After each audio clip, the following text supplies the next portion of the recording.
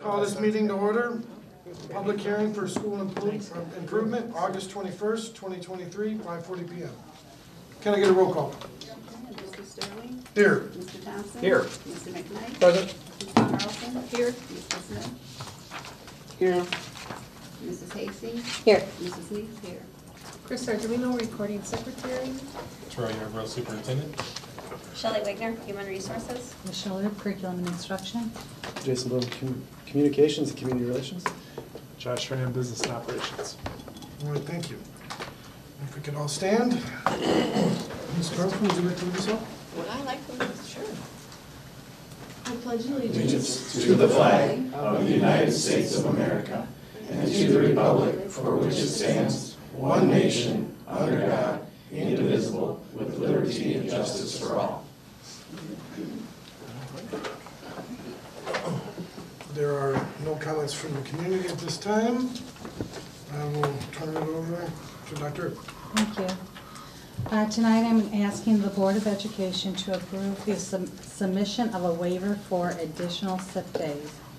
Our current waiver exists through the end of this year. However, I'd like to submit this request now so the state can vote this winter so that we have time to know whether or not it's approved prior to the 24-25 calendar. The Harlem District is requesting to have a longer block of time for professional development activities for our faculty. We have found that full days allow us enough time for quality professional development. Increased time for the building level staff development and collaboration enables the district to implement school and district improvement goals more deeply and comprehensively. Full days allow the district to implement system-wide staff development for time for collaboration across all district schools. In the past 7 years, all schools utilize their additional professional development time, analyze, align, and plan for implementation of standards and assessments. We'll continue to use this time to enhance instructional practices focusing on mindset, feedback, learning targets, and criteria for mastery. The success of this professional development is determined by evaluation process collected after each school improvement day. After each professional development day, we send out feedback surveys and analyze. We typically ask questions regarding how the day went and additional professional development teachers would like to see. These surveys allow us to identify areas we need more professional development as well as what hasn't worked. Our feedback each time has been relatively positive as a whole. It is difficult to create a professional development opportunity in which 100% of the participants are fully engaged in the presentation, though that is always what we strive for. We have added our professional development opportunities, after-school professional development opportunities based on the data we received, as well as changed our overall plans mid-year based off of the feedback that we've received. Our elementary specials such as art, music, physical education, librarians, and literacy and math specialists have indicated they appreciate the time to work as a group and would like to continue to use this time for that purpose. As you may have read, the National Assessment for Education Progress, NAEP scores, have been on a decline. In October Education Week, they had a title, 2 Decades of Progress Nearly Gone, National Math and Reading Hit All-Time Historic Lows. Districts across the nation are trying to find ways to increase math and reading scores. This year we will have 80 teachers who will be utilizing SIP time to receive training in the science of reading. 40 will participate in letters and 40 in Aspire on those SIP days. With there being a sub-shortage, these days are essential to provide professional development needed to support instructional changes necessary across the district. By having the additional SIP days, we also have the opportunity on training new materials, concepts, bringing groups of teachers together that are not housed in the same building and create space better for communication and collaboration across the district. So I am requesting, instead of us using 2, that we use 4. We have those spaced out, like I said, like for the letters training, you have to have it so many weeks apart. So 3 of those 4 SIP days are actually going to be used for letters training and for Aspire. And letters will go into next year as well. One of the positive things that we saw when Becky Logan and I went to, there was a tour from the state on literacy instruction, and some of the changes is that we are on the right road. The science of reading is the direction that they have actually suggested that districts start heading. So we have taken the right steps in starting our letter and our Aspire training, and in order to have that time, because subs are so difficult, I'm requesting to continue those days. What is the state recommendation for school improvement planning? They're not saying for school improvement planning, they're talking about for literacy instruction. They're talking, We're asking for a waiver from the state recommendation for school improvement planning days? Isn't that what, I'm sorry, Yes. maybe I missed something. I thought Yes. we were No, so what we were what I- looking at a waiver for the school improvement planning days? Correct. We're looking at a waiver from what? A waiver, so we get 2 additional days. So So- instead of using 2, it'd be up to 4.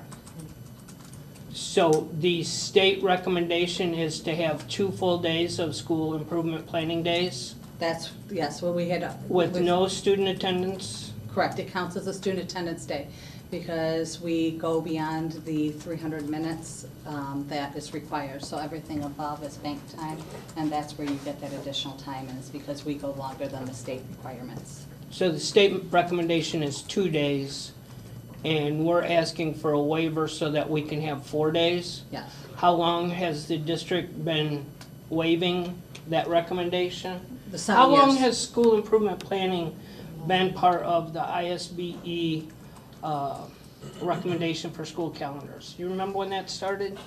I feel like almost my whole career, we've had SIP It's days. been quite a while. So Some how, districts choose to do it as early release or late start. I think that's really difficult on families, when once a month you are having a early release or a late start versus here's a full day. Also, if you try to do a early morning or early release, late morning or early release, by the time you just get started and working on things, you end up having to release people because you're at the end of the day. and how long has the district been asking for a waiver in order to have 4 days rather than the state recommended 2 We've done this for 7 years now. for 7 years? This would be our 8th. So, I thought we were looking at a multiple year yes, request. it'd be for 3 years. And we have it written in alignments with the CBA up, It's 5 sorry, years. 5 years, sorry, my mistake. Is for 5 years, but I lost my train of thought, I'm sorry. Lines with the CBA that we say up to 4, where if we would decide later, we could always make that change, but our collective bargaining agreement and everything is lined up to us having these 4 days. Up to 4 days.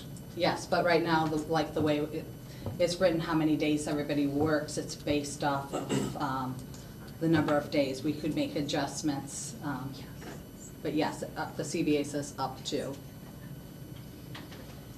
And the data that we have, you mentioned statewide data, indicates that really we haven't seen improvements in spite of having these school improvement days? It depends on what you're trying to, what you're looking at as far as improvement. We've had some areas that, yes, we've had improvements. There's some areas that we've kept plateaus. So from building to building and student group to student group, there have been changes. But it's really an essential part in order for us to be able to get some of the professional development that we need for our staff, because to try to get subs for them is very difficult to try to pull them out in small groups even. There's a definite sub shortage just as there's a teacher shortage. Would it make a difference to have the SIP days a full SIP day? Because I know like your support staff only go 4 hours or whatever their schedule is. Would it make a difference to Our have a teachers full- do go okay, full so they day. do go full day. Yes, it depends on what your particular work schedule is. So if you're only a 4-hour employee, you only cover 4 hours.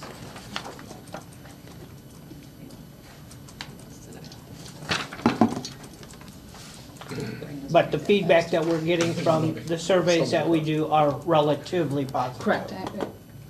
I don't have 100%, it's always what my And goal we're is. not really seeing gains as far as student performance. We have plateaus in many areas, yes. This is where you guys are aiming to adjust. Yes, so we get scatter plots that show where our schools are at. So what Jake, Becky, and I do is we actually try to reach out to those schools that are showing similar demographics but higher scores, and that's where we've even learned about the LETRS training. We had been researching and found out that like the one school district that seemed to be very similar to us, but having more gains, that was something that they were doing. So we were looking at it, we were able to talk, they were, had implemented it, so that was one of the reasons why we tried to implement it so quickly last year, so we could get that resource to our students sooner rather than later. How many institute days do we currently have on the calendar and professional development days? So we have 4 institute days, 1 professional development day, and 4 sick days. And 2 of those substitute, or 2 of the institute days are each before and after the actual start of school, right? Correct. So the 1 sick day is the very last day of school, or sorry, institute day. Right. And the first one is the very first day. So other than that, we have like 2 that we plan. Right. Yeah, I think the difference was it's not taking that many more days out of the school calendar, so. But those are 4 non-student attendance days. Correct. The professional development that they receive are similar to the professional development that's provided by the district during institute days and professional development days? So what we've been doing on the institute days is trying to do a learning fair so teachers get the opportunity to choose the sessions, where on the SIP days it's more directed, as these are the things that we're focusing on based off of the district data.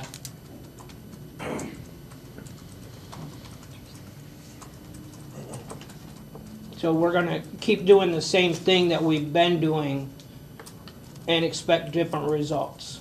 I wouldn't say that, because we're always taking the data that we have and we're making changes. We're not doing the same lessons or the same activities as we did 7 years ago. So we are Well, not no, of breaking down the course not. standards. Right, so we're changing, so to me, that's not doing the same But thing. we're gonna use the same format. Correct. Because I'm sure 7 years ago, we were very thoughtful about what we were doing. Yep. 6 years ago, Correct. 5 years And ago. now they're gonna be tailoring it to questions or comments, kind of like those scattered programs that we've seen that even you shared to the board. So, I mean, the question is, do these work? And as of right now, they're asking for that, so I mean, is that what you're asking for, is something different? Is that what you're looking for? Well, we could have kids in school more, and having kids in school, that's scientifically been proven to cause learning.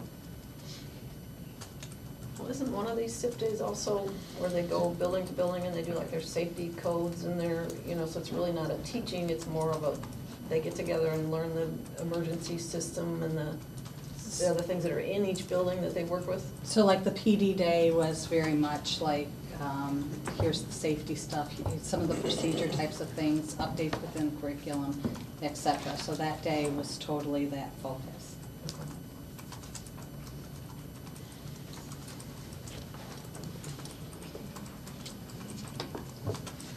Are there any comments from the board or from the public on this question? Are there any, I have to ask this 3 times, are there any more questions or comments from the board or the public? Are there any more comments or questions for this? All right, I'd like to take a motion to adjourn. Motion. Second. All those in favor? Aye. All right. Now I need to call to order a meeting that was supposed to be at 5:50, but it's 5:55, that's okay. But we just gotta find the right one. Did you take it? Yes. That one. All right, thank you, sir. I need to call this meeting to order. Can I get a roll call? Mr. Thompson? Here. Mr. McKnight? Present. Mrs. Carlson? Here. Mr. Smith? Here. Mrs. Hastings? Here. Mrs. Meeks here. Mr. Sterling? Here. Chris Ardwino, recording secretary. Troy Yarborough, Superintendent. Shelley Wagner, Human Resources. Michelle Earp, curriculum and instruction. Jason Bloom, Communications and Community Relations. Josh Rand, Business and Operations. All right. Can I get everybody to stand? Here, Mr. McKnight, can you lead us off? Pledge allegiance to the flag of the United States of America and to the republic for which it stands, one nation, under God, indivisible, with liberty and justice for all.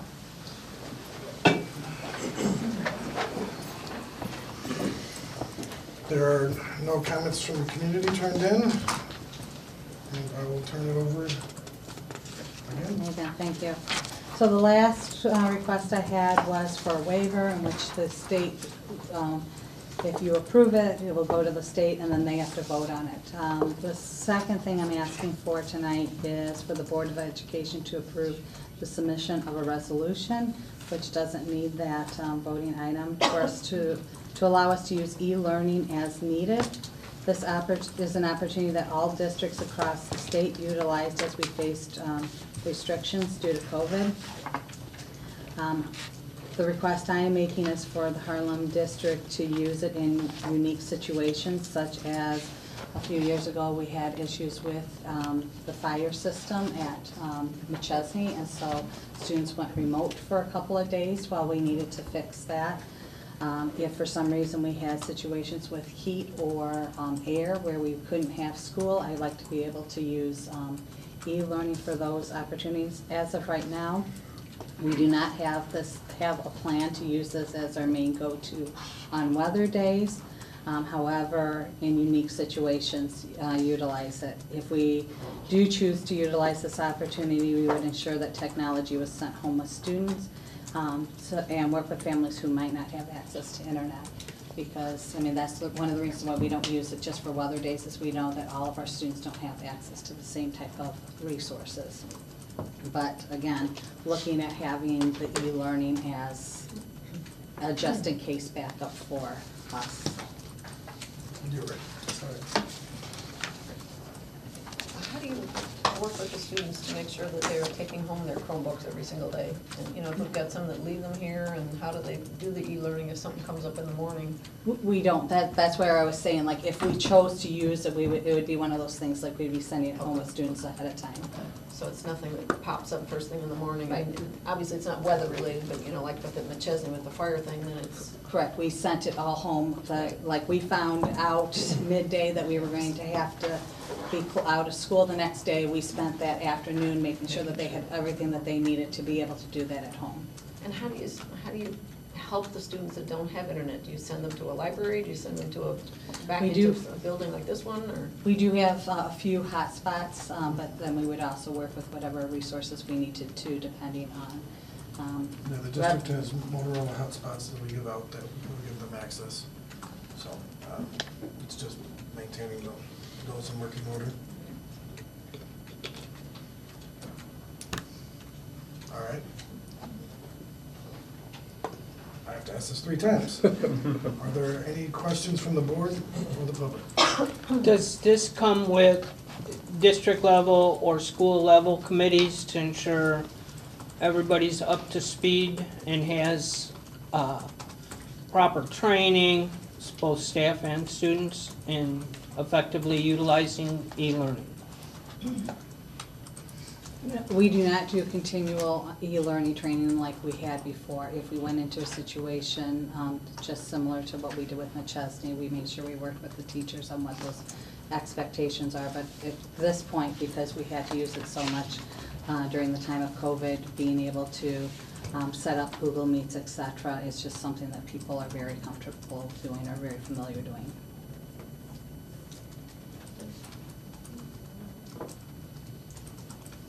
Are there any more questions from the board or the public? Are there any more questions from the board or the public? Okay. Motion to adjourn? Motion. All those in favor? Aye. Motion adjourned. All right, it is now 6 o'clock. Right on time, Mr. Sterling. I'm impressed. Thank you. I was watching that. I'd like to call this meeting, regular board meeting to order, August 21st, 2023, 6 p.m. Can I get a roll call? Mr. McKnight? Present. Mrs. Carlson? Present. Mr. Smith? Here. Mrs. Hastings? Here. Mrs. Meeks here. Mr. Sterling? Here. Mr. Thompson? Here. Chris Arduino, recording secretary. Troy Yarborough, Superintendent. Shelley Wagner, Human Resources. Michelle, our curriculum and instruction. Jason Bloom, Communications and Community Engagement. Josh Rand, Business and Operations. And with that, can I get everybody to stand one more time? To do the trifecta, Mr. Thompson, could you read us off? I pledge allegiance to the flag of the United States of America and to the republic for which it stands, one nation, under God, indivisible, with liberty and justice for all.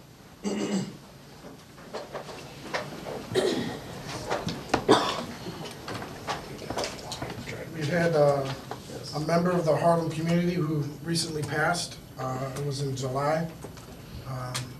Carol Chambers. If we could do a moment of silence.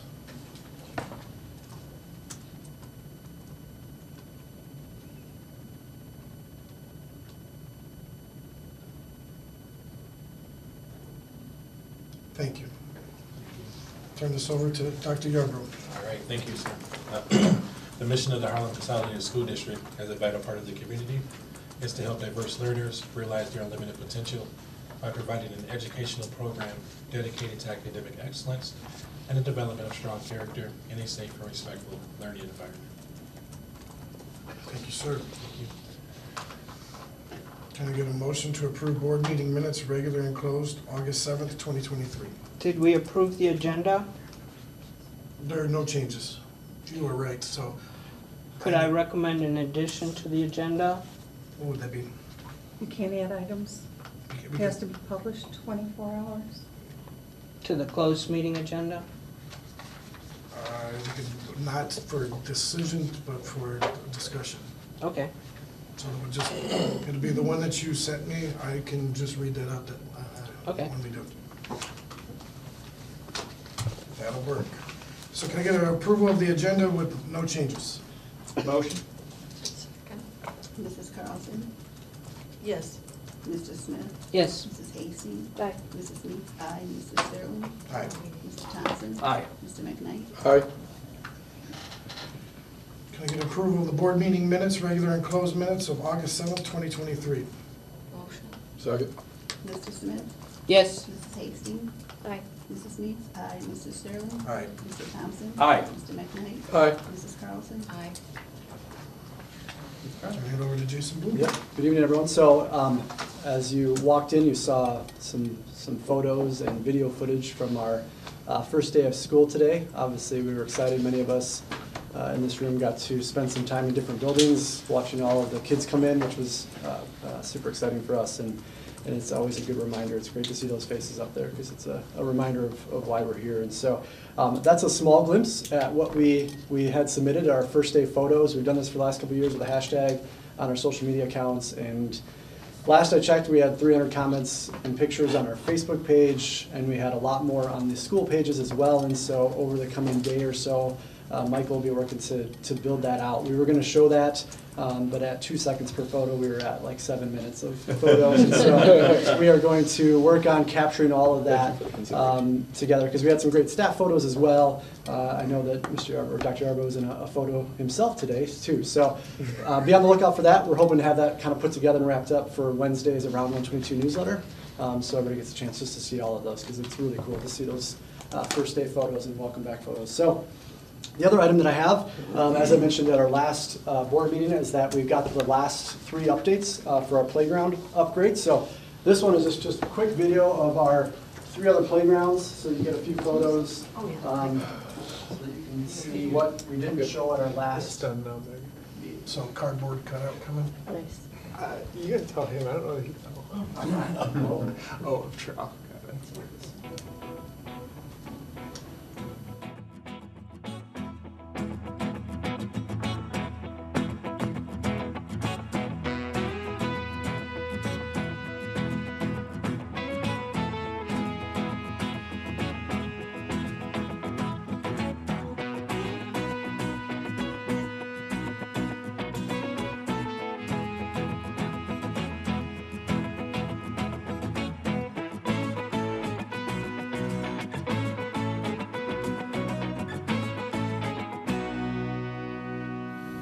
So it's great to see those final couple. I think we were joking before that with the heat index this week, I don't think anybody's gonna actually be able to use them. So there probably will not be recess because the heat index will exceed 8 degrees. So next week, we hope to see tons of kids enjoying that. I know that we've seen it over the weekends and at night we see kids playing out there, but thank you to all of you.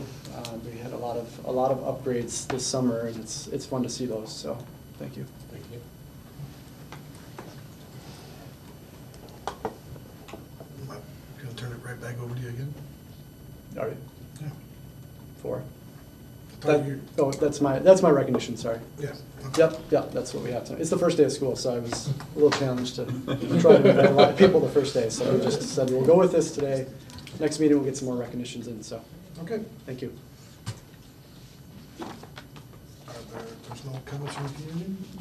I tried to get one in, I didn't know how this worked. They said get it to you before the meeting at 6 o'clock. and kept You were here, waiting patiently. It was a weird one. Public meeting, so. All right. Yeah.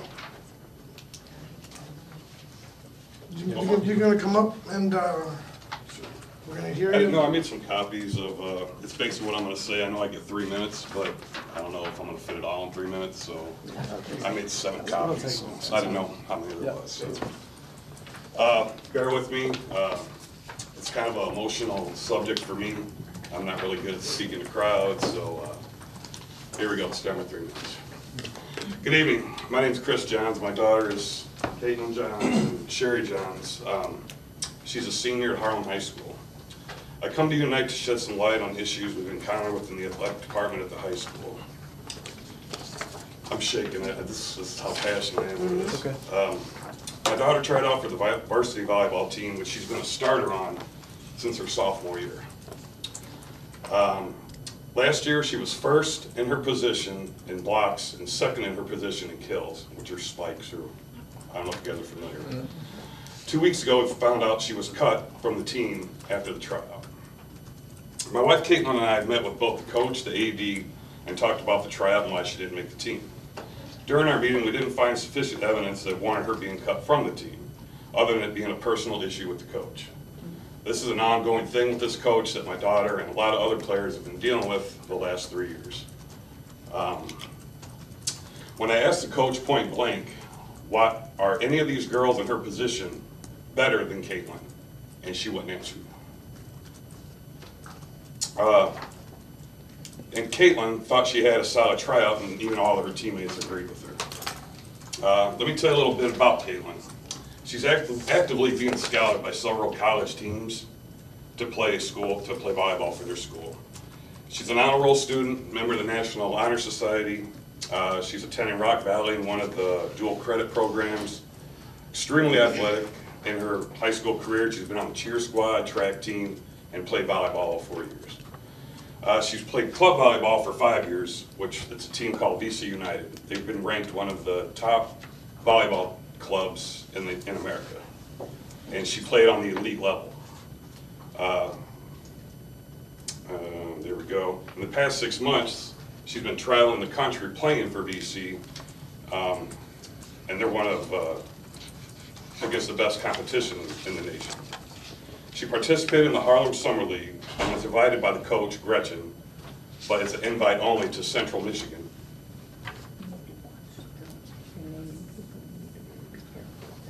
It's hard though, I'm done? No, go ahead. Oh, I'm sorry. Where their team actually in Central Michigan took first place in the tournament. Some of the kids, or girls, women, ladies, whatever, that are on the team currently weren't even invited to that Central Michigan thing. She helped her teammates out during the tryouts. She even had one of the girls that made the team for her position. That was the first time ever playing, and Caitlin even helped her during the tryouts, and she made the team. The girl even texted her that night and thanked her for helping her. With Caitlin's initiative and work ethic in the classroom and on the court, I just can't wrap my mind around why she hasn't made the team her senior year, when other less skilled players did. Is it politics, favoritism, nepotism? I've got my own little ideas of what's going on, but we're just going to leave it there. All right. Thank you, sir. That's it. For 3 minutes, Robert. Thank you, sir. Thank you for your time. Thank you. I just say one thing. I know nothing can be done with my daughter now. Don't let this happen like it's been done us the last 2 weeks to another student. Thank you. Thank you, sir.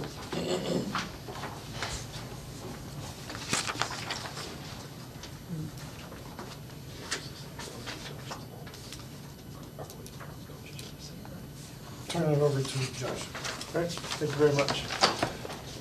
The total payables for this period were $2,718,603.44. I don't have any payrolls on this one. Some of those summer pays, I got them today, so they'll be on the next book. So split out by fund, the education fund paid $407,283.23. The tour fund paid $3.83. The operations and maintenance fund paid $135,212.20. The transportation fund paid $1,962,741.21.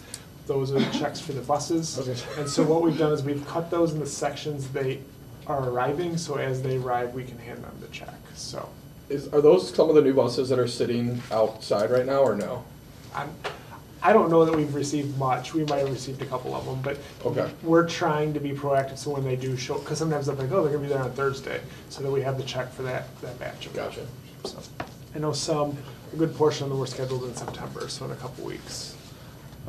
And capital projects fund paid $213,362.97 for total expenditures of $2,718,603.44. Are there any unanswered bill questions? That's it for the bills. Can I have a motion and a second to approve the bills? Motion. Second. Mrs. Hastings? Aye. Mrs. Weeks, aye. Mr. Sterling?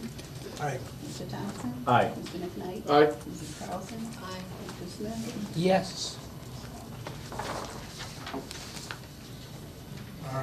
Moving it over to communications and committee reports. Today was the first day of school. Kids, and it was good to drive and take my own children to school and see all the kids out at the bus stop smiling with their parents, waiting. I don't know who was more excited, some of the parents or some of the kids. It's true, sometimes. Our next regular board meeting will be September 11th. Wow, 2023 at 6 p.m. Our next policy committee meeting will be October 16th, 2023 at 4:30 p.m. I have some recommendations to approve second reading of policy updates from July 17th, 2023, first readings. A recommendation to approve first reading of policy updates from August 14th, 2023, policy committee recommendations. It did go to, is it orange and black or black and orange? Orange and black. Orange and black. I always get it mixed up with the colors. Think of black and yellow, black and yellow. Yeah, there you go. That wasn't why though. Yes. So it was really, I think, Dr. Boyce put out a good event. The parents in the stands and family members in the stands having a good time, seeing the kids being able to bring out the new mascot, Harley. Seeing the students, many of whom were doing dress changes to go to every one of the sports that they are in. Like, I just saw one girl who was on golf, like volleyball, cheer, and like she was just sprinting back and all the way through the line just to get her name called again. Mr. Day just kept reading her name over and over again. But it was good. It was good to see everyone out there and get this ball rolling for this year. Saw a bunch of families looking over to see the groundbreaking and ask questions about what's going on over there for the new building that's getting built. So you'll have a lot more questions coming your way, Josh. Other than that, I will turn it over to Kurt Thompson. Sure. It's great to welcome all the Huskies back for another year. And if anyone's, turns on Facebook today, it is nothing but smiling faces, again, the children and the parents. So it's great to see that. I was able to take all of my children to 3 schools for Meet the Parents Night. It's great to see all the work the teachers getting their classrooms ready, because their first day clearly was not today. All that work that was done, going through the junior high, meeting the deadline. Those bathrooms are fantastic, and hope we see some of the tile work there come forth to that school. It just breathes some new life into it. The new paint, finally saw that, and I don't know how I missed it the first time. It looks great as well. So kudos to getting the work done for that. All the playgrounds, just right at the nick of the time, but they were done. Power was connected everywhere that needed to have power as well, so that our students can hopefully enjoy those if we ever get past this fun little heat spell that was going through there. So again, glad to have everyone back here for another year. Exciting stuff to unfold. A lot of work ahead of us. So again, administration, teachers, students, we've got, and ourselves to get all that work going. And yeah, congratulations on Harley, the new mascot. Lots of new stuff there. And if you want to hear even more new stuff, which I know you do, you are going to absolutely want to come to our next meeting, which I should have memorized, but I do not. It is September 6th, right back here at 5:30.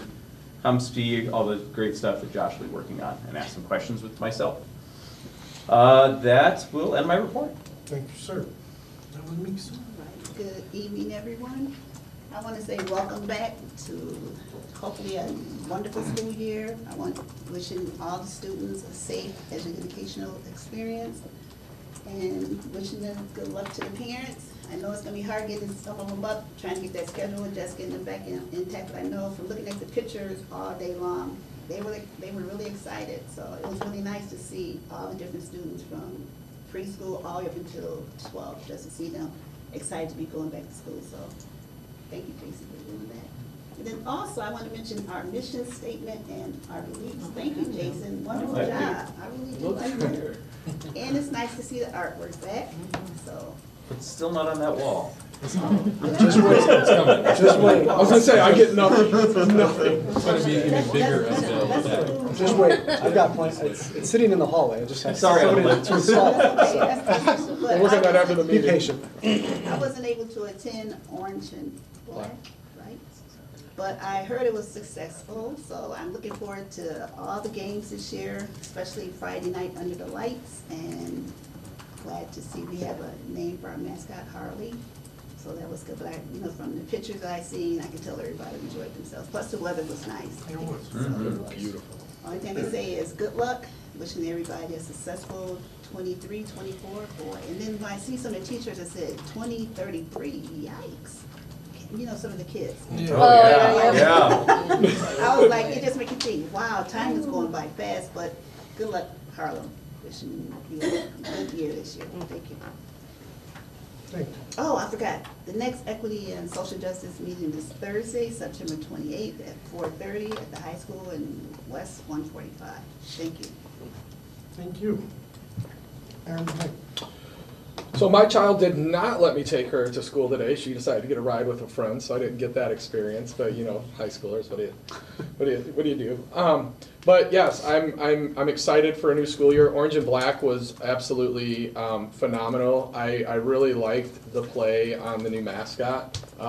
Saw some familiar faces, you know, I look at it, and obviously, if you've been in the district for a while, you know who's Dredge is, and that was kind of what I was hoping for. But you get the younger students and stuff; they're like, "Who's Dredge and He's got why?" his tennis courts too. He does have his tennis courts, but once again, so I do like Harley. That was my number 2 choice, so I'm happy about that. I echo pretty much what everybody else says. I truly feel that this is, you know, this is going to be a great school year for everybody. I think we've got the right things, you know, a lot of the right things in place, and you know, we're going to pivot as needed.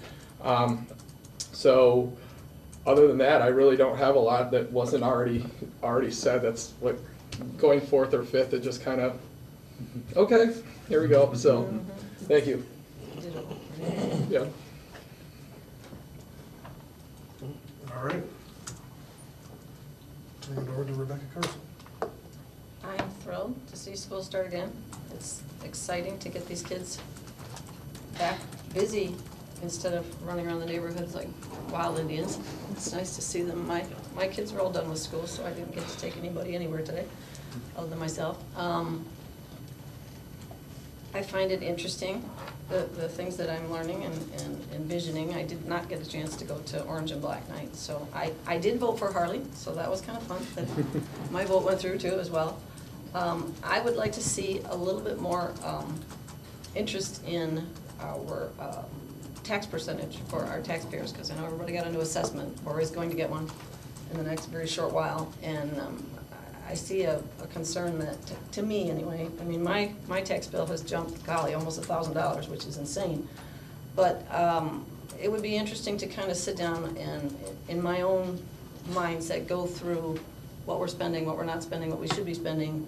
You know, like at the business services even, you know, we took out, what was it, $6,900 last month with the Heidi, with the buyer, we voted that one out. But there's just a lot of little things that I think, positions possibly that could change. And we seem to be the highest percentage in the county for school taxing. And so I just wonder, you know, couldn't our GPAs go up? Could our scores go up? You know, are we paying the right amount of people to do the best job possible? And so it's just, I would just like to see some in detail where this money's going and where it's not going. So that's kind of it for me. So we got another one for business services. Yep, come on in. Maybe. Come on in. Where the rubber meets the road. That's right. Mm-hmm. Larry Smith. Again, thank you for our visitors that came in, and I always appreciate, and I know today's the first day of school, and I'm sure that's why we don't have more people here, but I think it's wonderful when the community comes out and watches this process.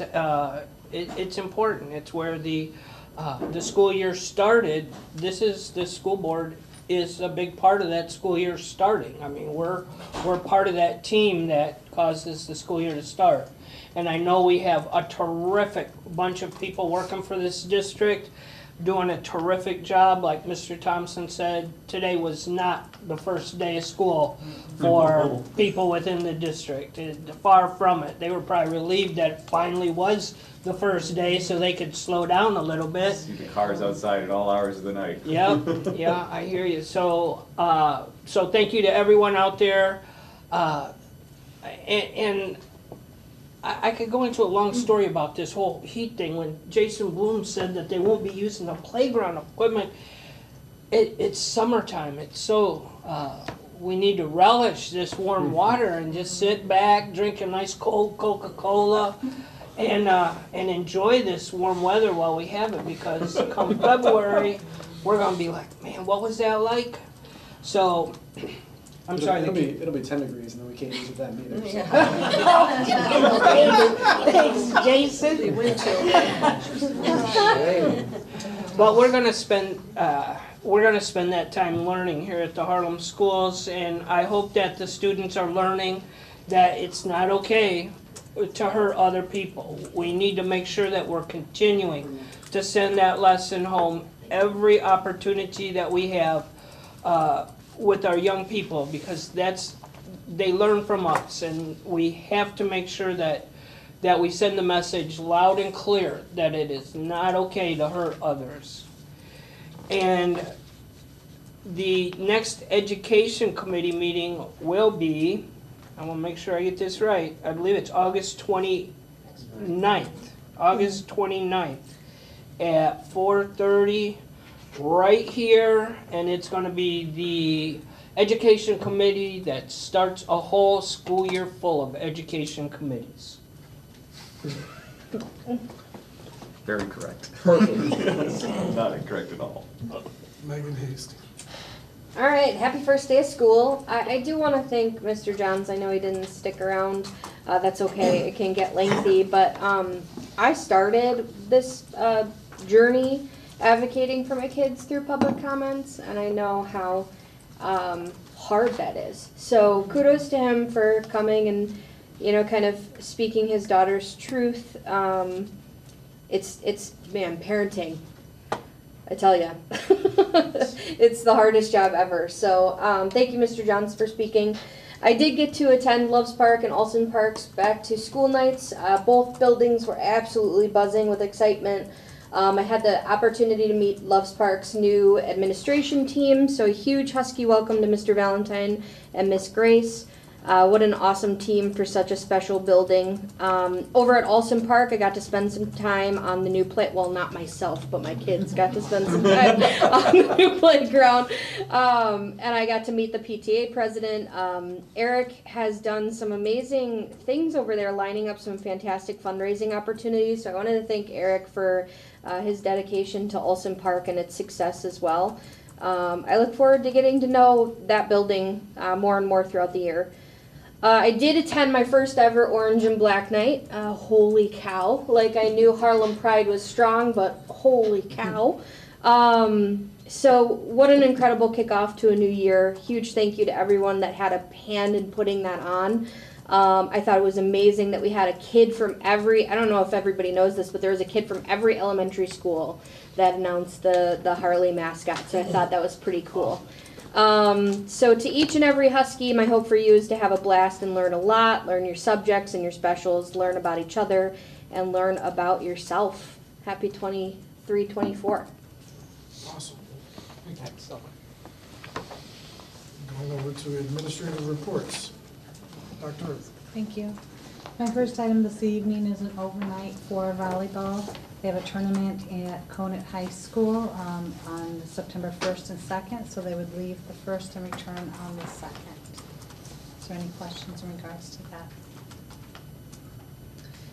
My second item that I have is, making sure that I say them in order, is the school, or the request for approval to submit a waiver to the state for the additional school improvement days.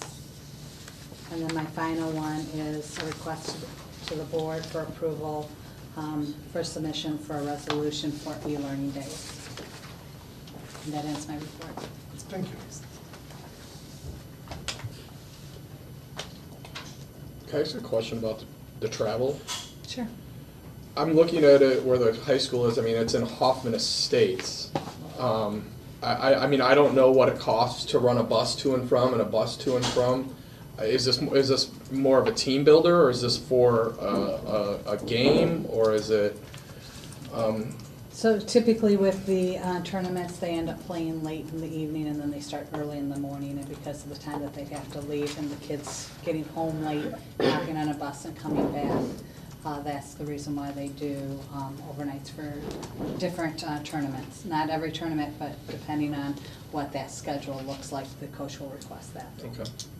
Good question. I know they get used to do that. home at 11, back there at 7. In Huntley. All right, Josh Green. All right, thank you. Aaron, I just remembered when you mentioned the bus, we did get the gasoline buses in. We're waiting for the lift buses that we ordered. So Okay. So I swear there's 2 or 3 of them. They look awfully shiny sitting right out back here. And I'm like, if we could detail like that, we need to open up a separate business to detail, generate some revenue for the district. But yeah, they look fantastic if those are them. I'll ask Don tomorrow, but we do have some of them. All right. Time to start measuring metrics between the gas and the diesel. Yeah, yep. So my first item is a recommendation to approve resolution declaring surplus property at Marquette, Olson, Hack, the high school, Maple, Parker, McChesney, and then District.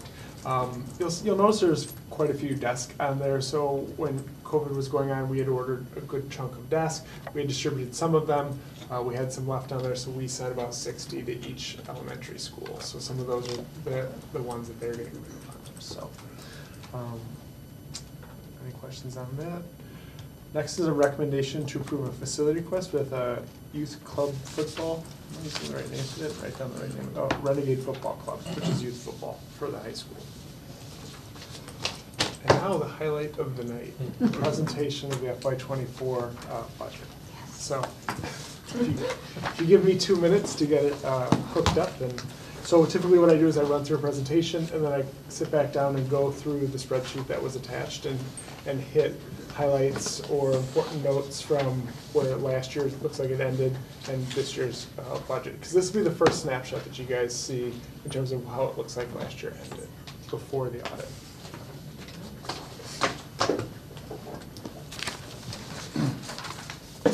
So that Mr. Smith can see the board and not just stare.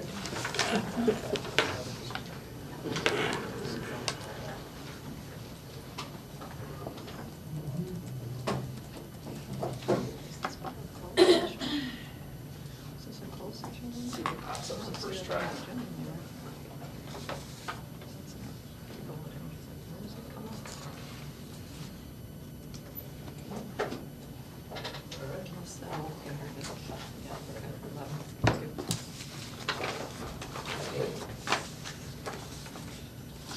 Nothing ever works at home, so it's a good start. All right. Okay, so just a kind of a brief agenda, what I'm going to go through is the timeline of the budget, where we are today and where we're projecting last year ended. I'll kind of hit some highlights of the ad O&M and transportation fund. We'll look at our health care, what our bond payments look like going forward, and where we're projecting the FY24 year to come out. So tonight I'll be asking the board to adopt the tentative budget. That means tomorrow it will go on public display in our office and on the website. There'll also be a notice in the paper too. So that continues budget discussions through until we ask for the budget approval on September 25th, in which case there will be a public hearing before that meeting, which goes over any changes from tentative to final budget, take any final questions, and then hopefully adoption, which it needs to be adopted by September 30th. And one of the reasons that we wait until this point in time is right now is when we've got the best information on how last year looks and the most current information on the staff that we have and all of that entered in, so I can give you the best snapshot and estimate as possible. Okay, so where are we today? The ed fund looks like it ended at $3.5 million excess, which is within $40,000. So we budgeted about $182 million and came in pretty much right on. Now there's plenty of ups and downs, and we did transfer that extra $1 million for CTE, but overall it came in pretty much right where we had projected. Tort fund did have a projected deficit that is a little bit more than what we projected due to some deductibles that we had to pay for claims. But O&M came in a little bit better. Debt services interest helped a lot throughout the year too. The only one operationally was the transportation fund because the state reduced that reimbursement for this year, which we had talked about. Other than that, capital projects fund, that's bond money coming in and the $1 million we transferred over. So those were all anticipated. So a couple revenue assumptions. The tax levy, I budget the tax levy at 99.7% of collections, because there's always some fraction percent that we are under. We don't ever get 100% of what they say. And CPPRT, I did budget 100% of the Department of Revenue estimate, which I didn't do last year, and I'll show you the pros and cons of CPPRT. That'll be a big kind of focal point of the discussion today. So this is the property taxes, and I know there was a conversation about property taxes, and this is the snapshot of the last 7 years here. So a couple things to note. The EAV increases for year 21 and 22. We had a $34 million increase in EAV and a $52 million increase in EAV. So those are the two higher EAV totals that we've had. So the impact of that is that it lowers the tax rate. So I think you mentioned about the assessments too, and we've all seen the assessments that went up. So the impact of an assessment increase is a rate decrease. Just like if the assessments had gone down, the rate would go up. The assessments don't drive directly the amount of money that we get, the CPI does. So if you look at the tax rate from 2016, it was 8.26. We're now at 6.72, and then it's projected to continue to go down as those assessments go up.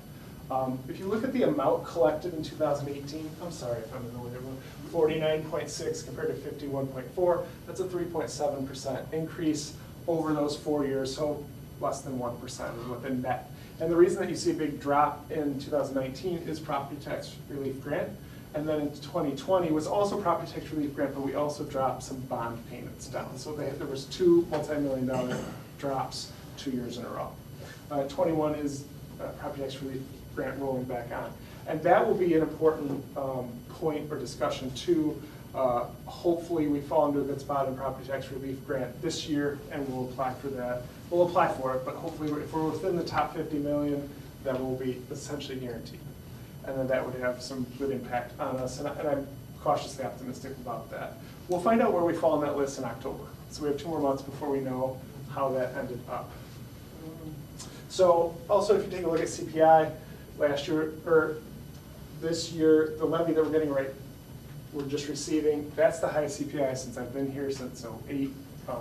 And so we only levied 4%, not 7%. So when we talk about what our actual cost increases were, they were quite a bit more than 4%. I think that hits most of, any questions about the screen? I think I hit most of the highlights. So CPPRT, last year's revenue came in at $9.6 million, which is a $417,000 increase, or 4.5%. Department of Revenue had projected a 7.5% increase, and that difference is we get a pretty good chunk in July, but based on, we have a 60-day accrual window, we send the July payment back to the previous year. They consider it the first payment of the new year. So we've already sent our July payment back into revenue into 23. In FY24, CPPRT fund budget is only $6.7 million, which is a $2.85 million drop, a reduction of 29.7, even though Department of Revenue is projecting a 28.75. That's that difference. CPPRT is part of evidence-based funding calculations, so when the state looks at how much we're getting per student, they take, like locally, they take property taxes and CPPRT, and then they kind of fill in the gap there. Before this drop, I was going to tell you guys that CPPRT is not a consistent source of revenue, and even though it looks really good, you rely on it, the state historically, and I have some historical graphs, is all over the place in CPPRT, and when it's 9.6 million, it looks great, and it can drop in a heartbeat, and it did before I even got to tell you that. So last year, if you look at the budget when we go through that, I projected a big drop last year, because I know how the state is. They paid it higher 1 more year and then dropped it, and they have to reconcile some funds between CPPRT and the income tax fund, and they can't do that till their year closes, and they owe like $1.8 billion back to the income tax fund. So that's why CPPRT is dropping so much here.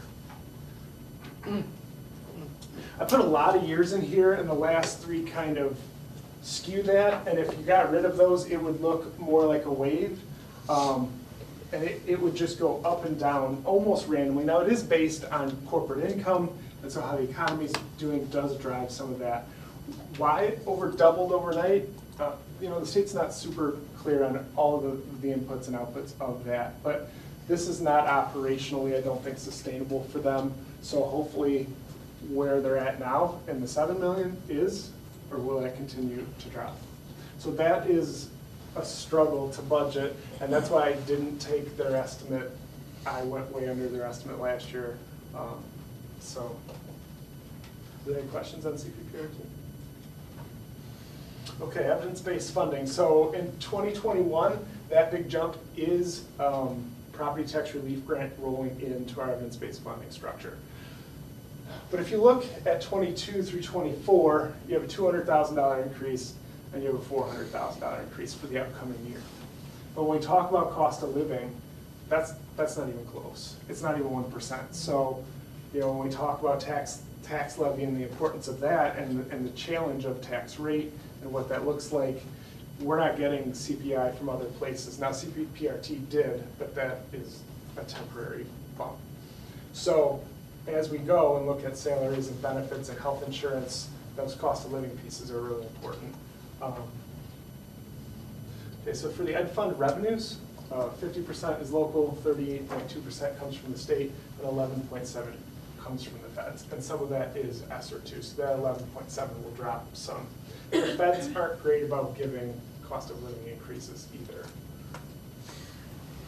Expenditure-wise, 86.2% of our expenses are salaries and benefits, so staff.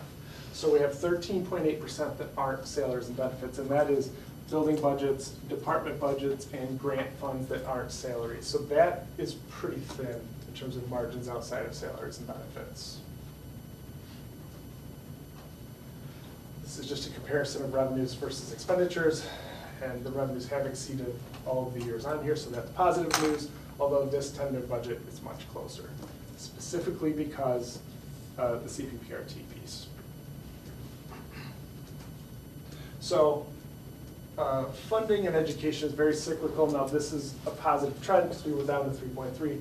When I first got here, we were at 12, and then the 09 collapse happened, so we had spent that fund balance down and then slowly built that back up. A lot of what's driving this are those couple CPPRT years, going from 3 or 4 to 9 all of a sudden. But overall, that's positive. I don't want to make that a negative because that's good. Operations and maintenance, 72% of that, almost 73% is local. Property taxes, that's the main funding source of O&M. There's a few ESSER federal dollars and then transfers that, and we'll look at the transfers really cover two different things. One, this is the last $1 million for CPPR, sorry, for too many acronyms, for the CTE fund to go back to capital projects for the addition. And then one is a lot of the projects that we're working on too that we've discussed. And there's a list at your place of those projects. And once I get done with the spreadsheet, I'm going to go over all of those, what we're recommending, and let you guys ask any questions and kind of go from there. This is the expenditure breakdown. So salaries and benefits here are only 37.6%. A lot of this transfer out is going to capital projects to cover those one-time projects. So something that's not operational and it's over like $20,000 ends up in capital projects. So someone that looks at our financials can see, like, let's say this fund is $1 million deficit, that may not be operational. It could just be projects that we're doing, so it helps readers of the financial statements see that, pick that out easier. And this is that same comparison. Fund balance is up over that 5-year period, but has stabilized somewhat. And that's kind of right where that 3.5 number is kind of right where, I think that's a healthy balance for that fund. Transportation. So a good portion of the funding here comes from the state. So when the state reduces that rate, that's why we saw that impact there. And 35.6% is property tax and local and interest and stuff like that. On the expenditure side, this is a bit more balanced breakdown. So it's 59.2% of salaries and benefits. We have vehicles here, and then fuel and other things to run that department. And then here's the comparison. And we had some really good revenue years. We've been working on that bus replacement cycle, which shores that up a little bit, but hopefully the long-term projection of that is positive. and here's the fund balance of that too. My hope is when we're done with the replacement cycle, that 3.5 range, I think is a good range for transportation too. And we would have been there, but you know, the big drop last year didn't help. Okay, so projections for '24. So when we look at that CPPRT drop, the revenue, or the salary increases that we have and what health insurance has done, that does leave us at $488,000 projected excess in the ed fund. That is also with the $1 million CTE transfer out. That's with the transfer? Yep, that's included. So if that transfer didn't exist, it'd be $1.5 million typically. Tort fund, that does still have a slight deficit, but when we do the tax levy, I'll add a few more dollars to try and balance that out. And some of that is increase in health insurance based on claims. Operations maintenance is essentially balanced there. This looks a lot of red, but a lot of that is one-time stuff. So the debt service, there's a recommendation of a transfer of $250,000 plus $32,000 in interest that went into the working cash fund, but we didn't record that till after it was transferred out. So I'm recommending to transfer that out with the $250,000. The transportation fund, that is just the normal operational piece as we continue to work on the buses. IMRF, Social Security, we'll talk about that, but IMRF, those rates change on January 1st, so when I do the budget, I don't know what the future rate is, and they've been continuing to drop that rate. So overall, that's positive news, but because we defer property taxes, it takes an extra year to like shore that up. So that will get moved out and can be used somewhere else. Capital Projects Fund, that looks really negative, but that's just us spending the CTE money that's sitting in that fund, so that's okay.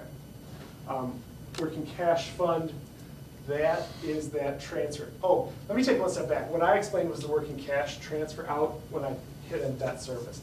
This is an interest transfer out of $250,000 that we had put in there for CTE. So this is CTE, and the working cash one is CTE transfers out. The life safety fund, that is finishing up the life safety survey, and the tuck pointing recommendation, which is actually tonight, and I'll go into what we're fixing with the walls for that one. Any questions? I mean, at any point, if anyone has questions, please feel free to ask. Josh, where does a lot of the, sorry, the funding, you're talking about the capital project, a lot of the CTE building, is that a lot of government money that's coming in, or is that a lot of money that's been sitting in an account, so to speak, somewhere, or? It's a mixture of a bunch of different things. So we issued $8.5 million in bonds, and so we'll get about another $450,000 in interest, so round that up to $9 million there. Just over $5 million came from ESSER 3, so that gets you to 14. The district had to put in about 2.3, but we've only transferred 2, because that last $300,000 we're keeping an eye on where we finish up. So that fills in pretty much all of that. Rock Cut is all funded by ESSER 3. And then there's some DCO money in there.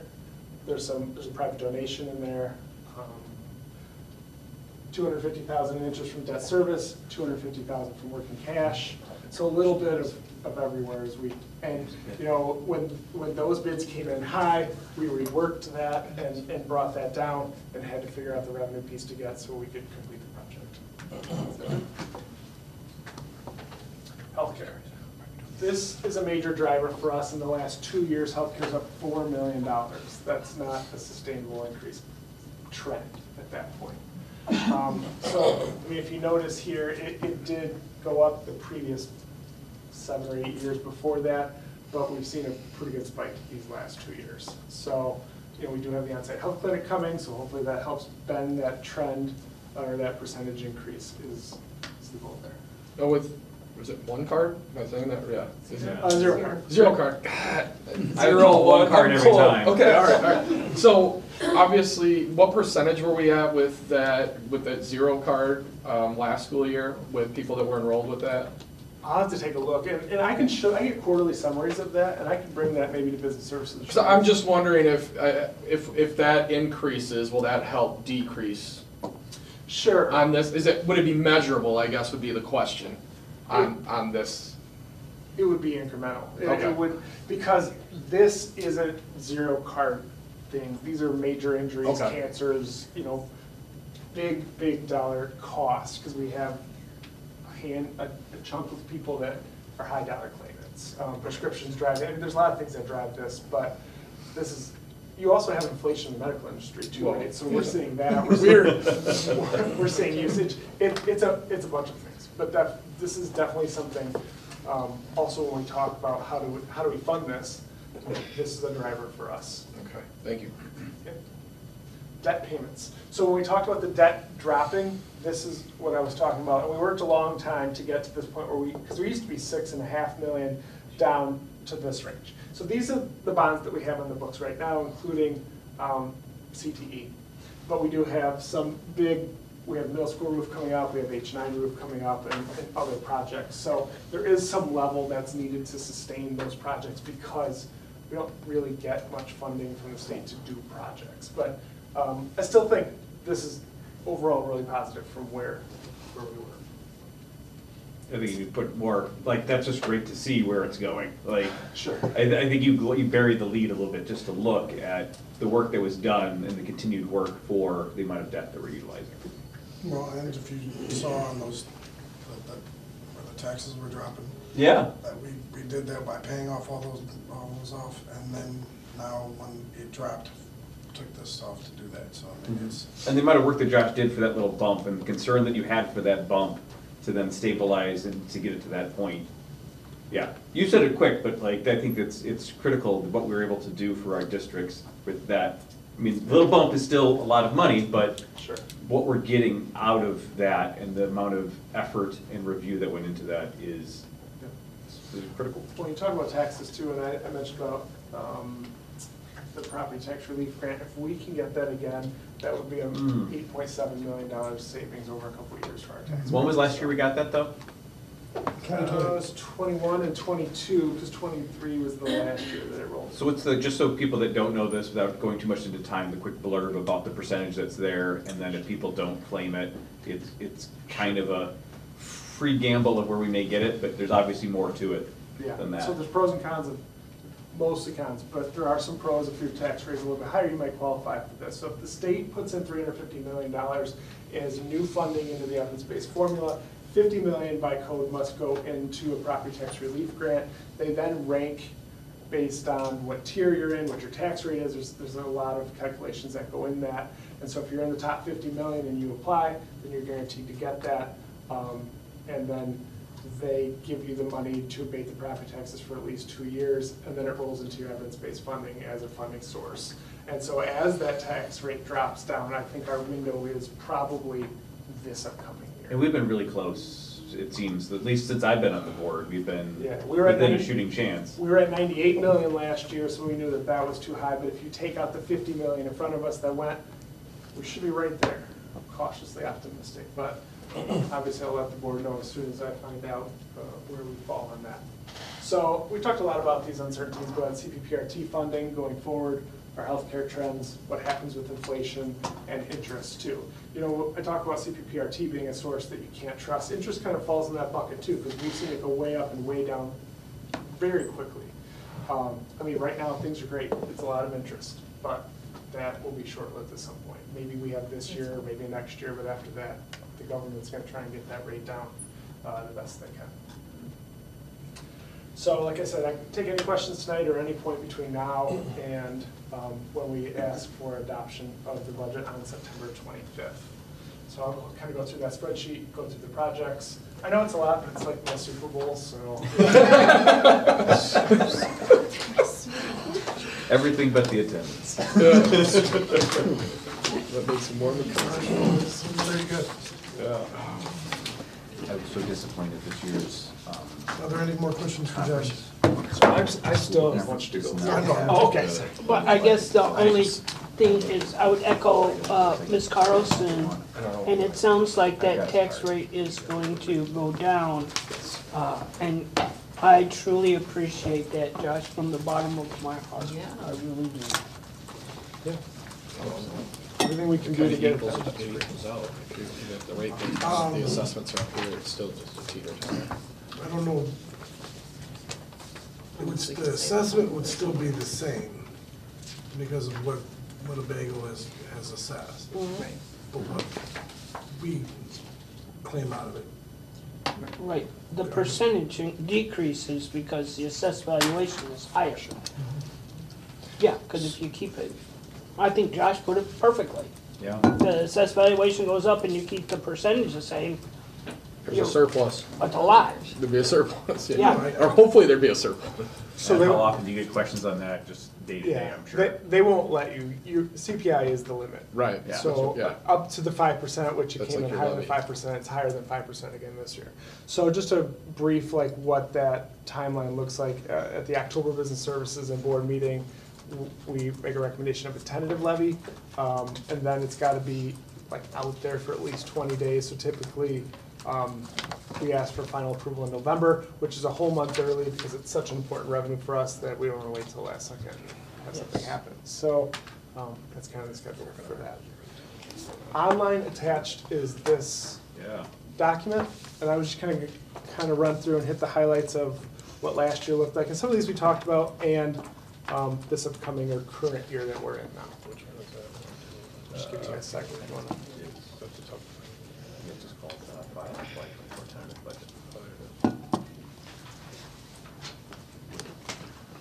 All good?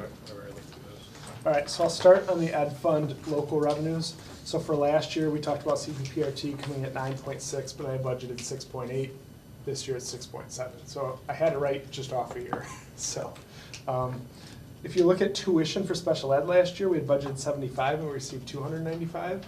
That is a ton of hard work from Pam in my office to get CPS to pay the tuition that they owed for multiple years, and we were successful in that. So we got them caught up, and that is a racket to get them to pay money.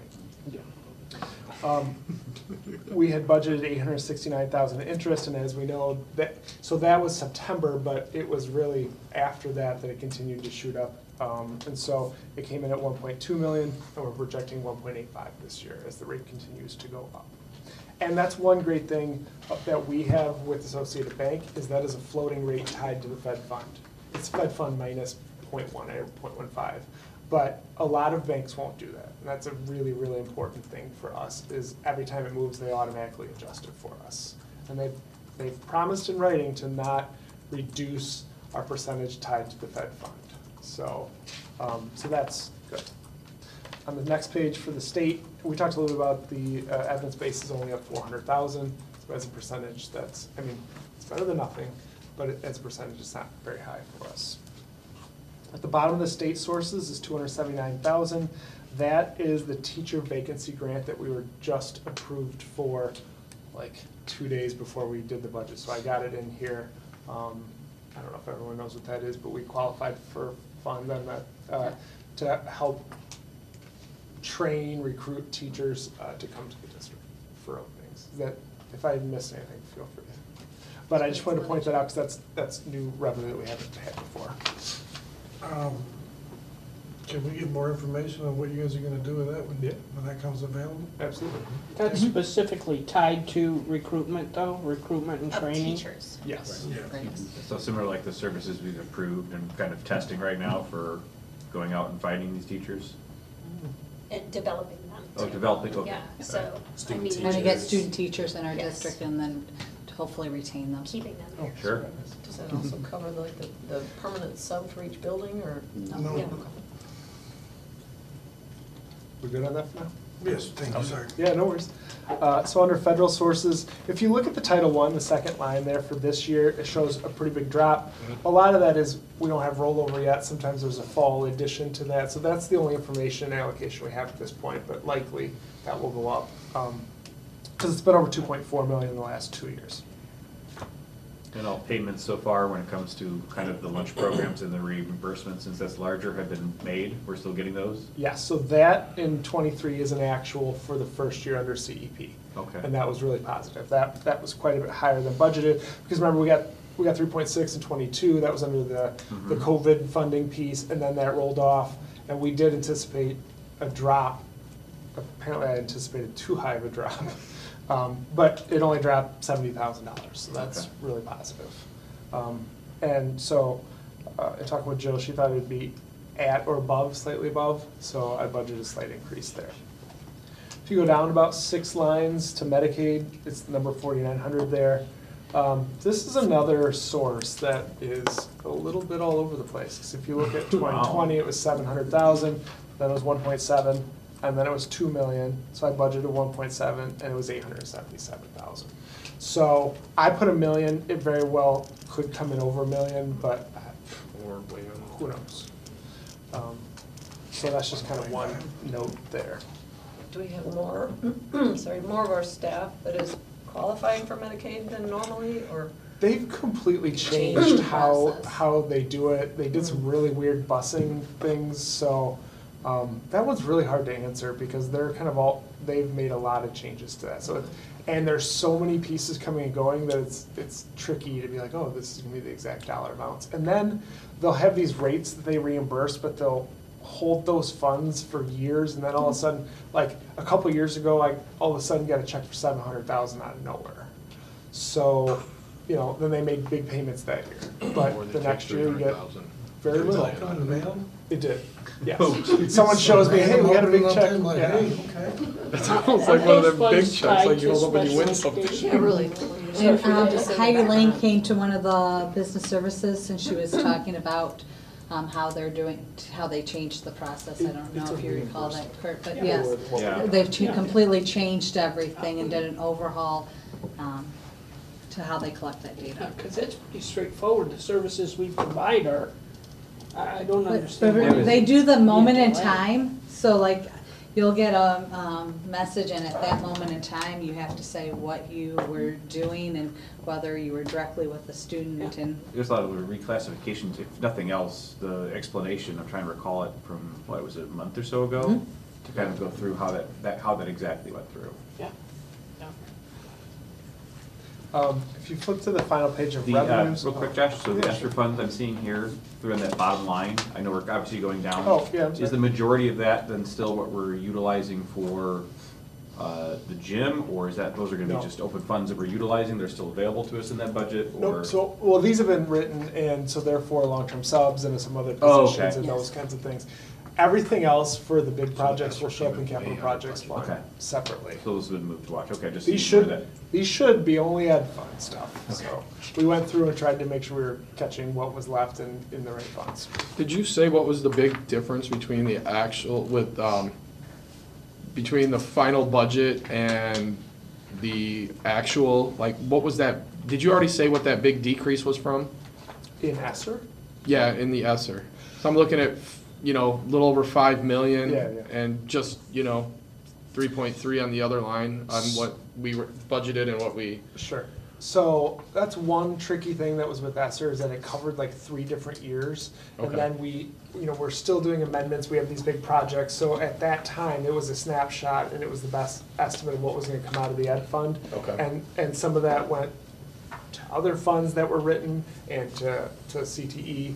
So, but if it was budgeted there, I mean, their actual reimbursement, so it was either spent in a future year, like maybe we just didn't spend it all and some of it looped into this year, some of it went to other Gotcha. funds. But it has been a little tricky, because it was $22 million spread out over a couple of years, and there's been a lot of things coming and going as we make changes and stay fluid with that, so. Thank you. Yeah, so if you go to the next page, which is the end of the ed fund revenues, we are actually showing $1.5 million drop in revenue, and that's all because of CPPRT. A week ago, it looked much better than that. That's that $3 million hit that, Yes. yes, okay, that came out of that. Yeah, Huh, yeah, I was informed about that. so Bye-bye. if you look at the line beneath that, you'll see TRS on behalf payments, and I don't focus on this much because this is not cash we get. It's a revenue and an expenditure, but it's not money we get. It's just a paper entry that the state is supposedly paying on behalf of the teachers. So it can fluctuate wildly, and like when I used to put it into benefits, it would make our numbers look all funny. So I just show it in there. And the reason is, like the budget and actual, I get that from the audit, and we haven't had that yet. So it could be different for the 23 million, and I just put a couple more million in because that seems to be how it trends, but it's not it's not money we actually get. Okay, so for salaries, if you flip to the first page of ed fund expenditures, when you look at budget to actual, we're at 99% of salaries, so I'm really pretty happy with that. And salaries did go up an actual 5.4%. We talked a little bit about health insurance, and that came in $1.5 million over what I budgeted, and those are actual claims. So whatever the claims are is what we pay. We don't pay Blue Cross X amount per person for insurance. And so that makes the benefits go up 12% last year, or combined 7% for salaries and benefits. So I have one question about like the line, well, 230, the tuition reimbursement. Yeah. Is that large increase in the budget based off of the program that we were talking about over here for like Yes. recruiting teachers? Yes, the teacher recruitment and all. There was some tuition reimbursement in there. Okay. So, yeah, and we have support staff that Right, but I'm assuming that's why Yeah, there's such that's a why it huge comes- jump, because there's a big push to not only gain or retain our students or our student teachers. Okay. There's some grow your own from some of our support Right, staff right, when you need yep. to take Grow your classes. own. Okay, yeah, it makes sense. Thank you. So purchase services were pretty close to what we budgeted, same thing with supplies. Under other expenditures for tuition, we did see a bump there, those are outplaced tuition payments. We do expect that to come down some this year, but that is a pretty big cost driver for us. Josh, is that a 5% increase in salaries and benefits per person overall? That is an average for all of our salaries and benefits. Okay, so that's not like, I'm gonna make 5% more than I did last year. That'd Yeah, be- yes, I mean, Oh. it's not every person gets the same Right, amount, but yes, right. that is the average of everyone. So it depends on how high or low you are on the scale as to what your percentage is gonna be.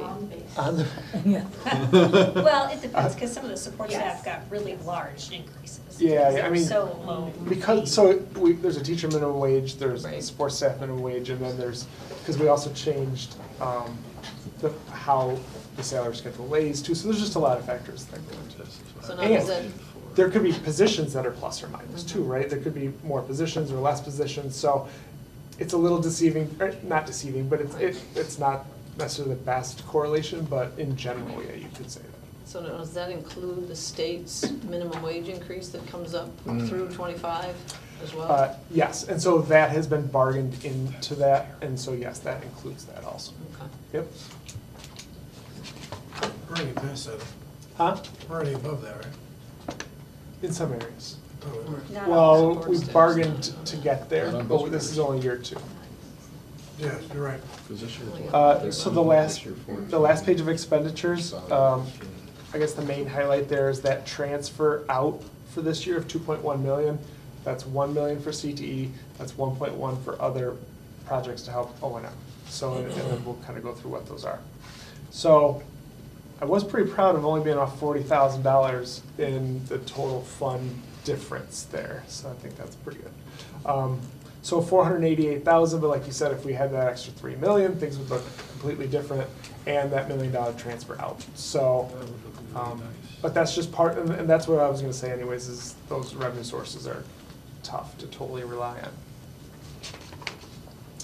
So some of these other funds have highlights, but that's the main part of that. So tort revenue, torts had a little bit of a deficit, so we put an extra about 150,000 in the property taxes there.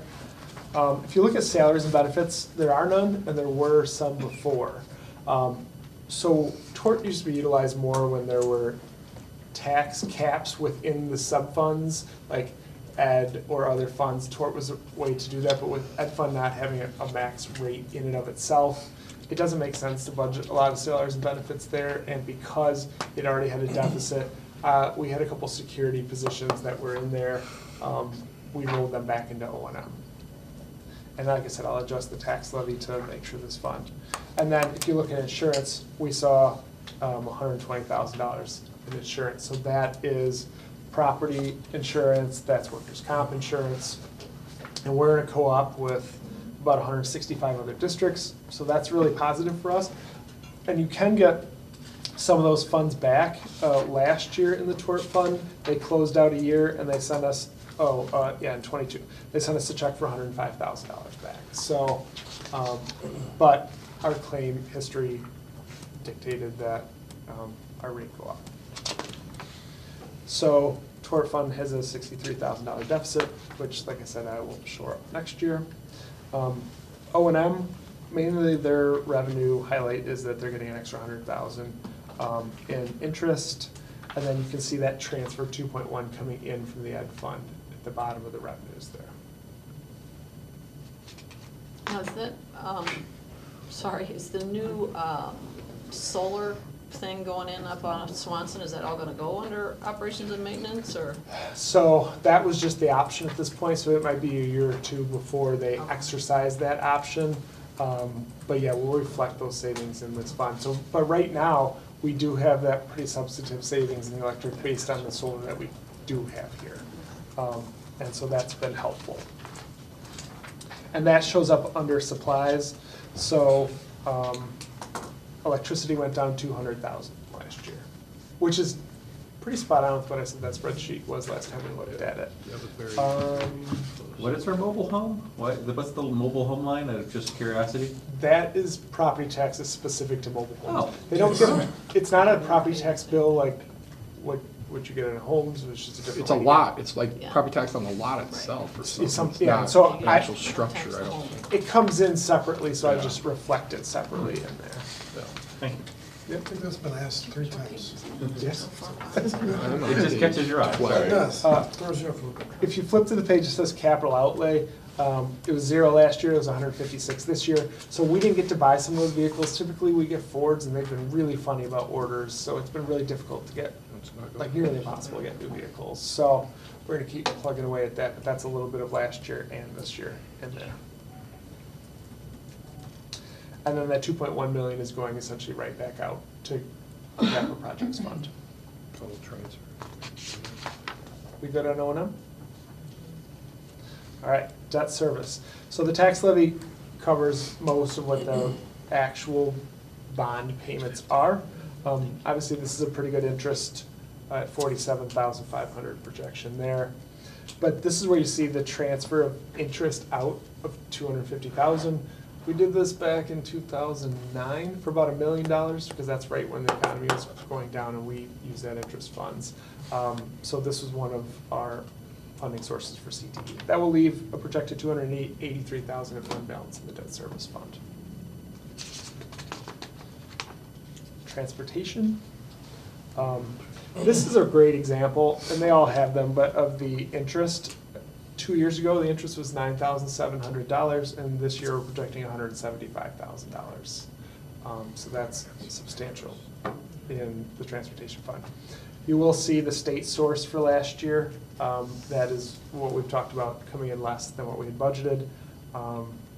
And this year's increase is actually still less than what we had budgeted last year. So hopefully we can hit that number. Transportation is getting $150,000 in from the ed fund as we continue on this path of the buses, and hopefully that fades out pretty quick to 0. I don't know if there's a bunch of highlights really in, because like the vehicles we've already bid, we're receiving those right as we speak, so we know what those amounts are.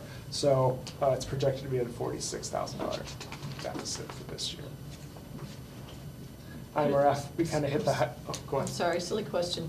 Are the vehicles, like your special ed and your smaller buses, the vans or whatever, are they part of the salaries that go with those people that ride those buses, or are they just the vehicles themselves? They're just the vehicles Okay, that's themselves. kind of what I thought. We get, they split up the reimbursement based on regular and special ed, so, but that's based on, I believe, the kids, not how many vehicles we have in there.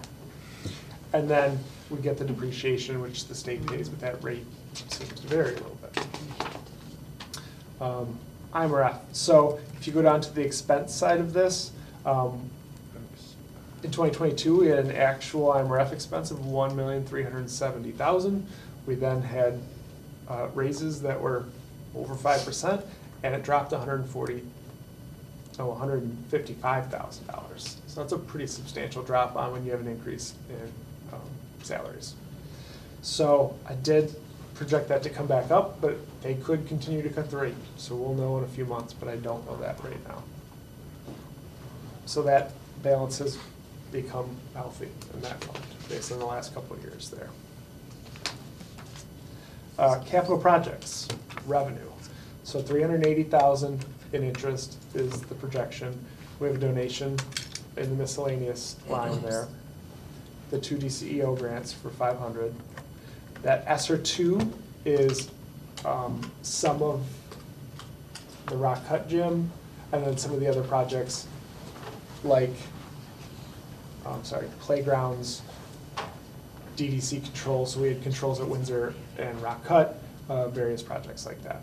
Hey, Josh, they Yes. weren't recording. Could you Oh. start over again? Sure. Oh my God. The ad fund budget. It's being recorded on his system, it just stopped on mine. We're gonna lose all the viewers online if I have to go over that again. That's what I was. If you guys go over that again, I'm gonna have to go get some Could you caffeine. repeat that? Sure. One more time. So, ESSER 3 is pretty much all CTE.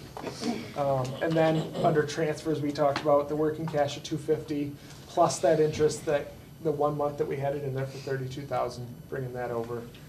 The debt service transfer, 250, and the O&M transfer of 2,093,000. So that brings in a total revenue of 10 million, and last year brought in 12.8 million to help fund all these projects. And then the expenditures, just a breakdown of everything we're gonna go over on that spreadsheet for projects. So there'll be a remaining $1.5 million in that fund at the end of the year projected. And I'm not projecting that everything will be done by June 30th. There's gonna be some July expenses that leak into next summer too, so. The 2,500, was that piece of land or whatever it was at Loves Park that we bought? Yes. Okay. Yep. Working cash fund, that last year, the revenue for 32,000, that's the interest we're talking about. And then the 282 is that interest in 250, like I've mentioned a few times. Fire life safety, if you look at the expense side, 95,000 is to finish our life safety survey. 425,000 is the recommendation tonight for the tuck pointing on that.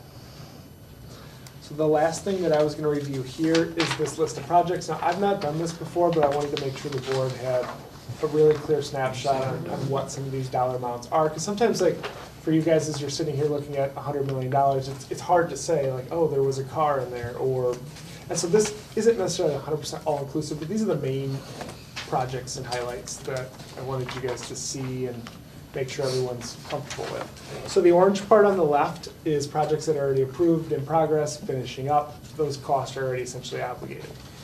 The green in FY24 are new projects or purchases that we're requesting to be in the budget, and I'm gonna kind of run through those, and if you guys have questions, let me know. Please don't not vote the tentative budget because of these, because if there's concerns, we'll talk through them and figure out a way to, in the final budget, address that. So the driver's ed car, we brought driver's ed back in-house behind the wheel last year. We purchased 2 vehicles. We had a vehicle from before. That is a 2010 Ford Fusion with 112,000 miles. Just getting broken. And they're telling me it's in rough shape. So they requested a new vehicle. So once we buy this, we won't need one for a while. But this is kind of the last piece of it. Yes?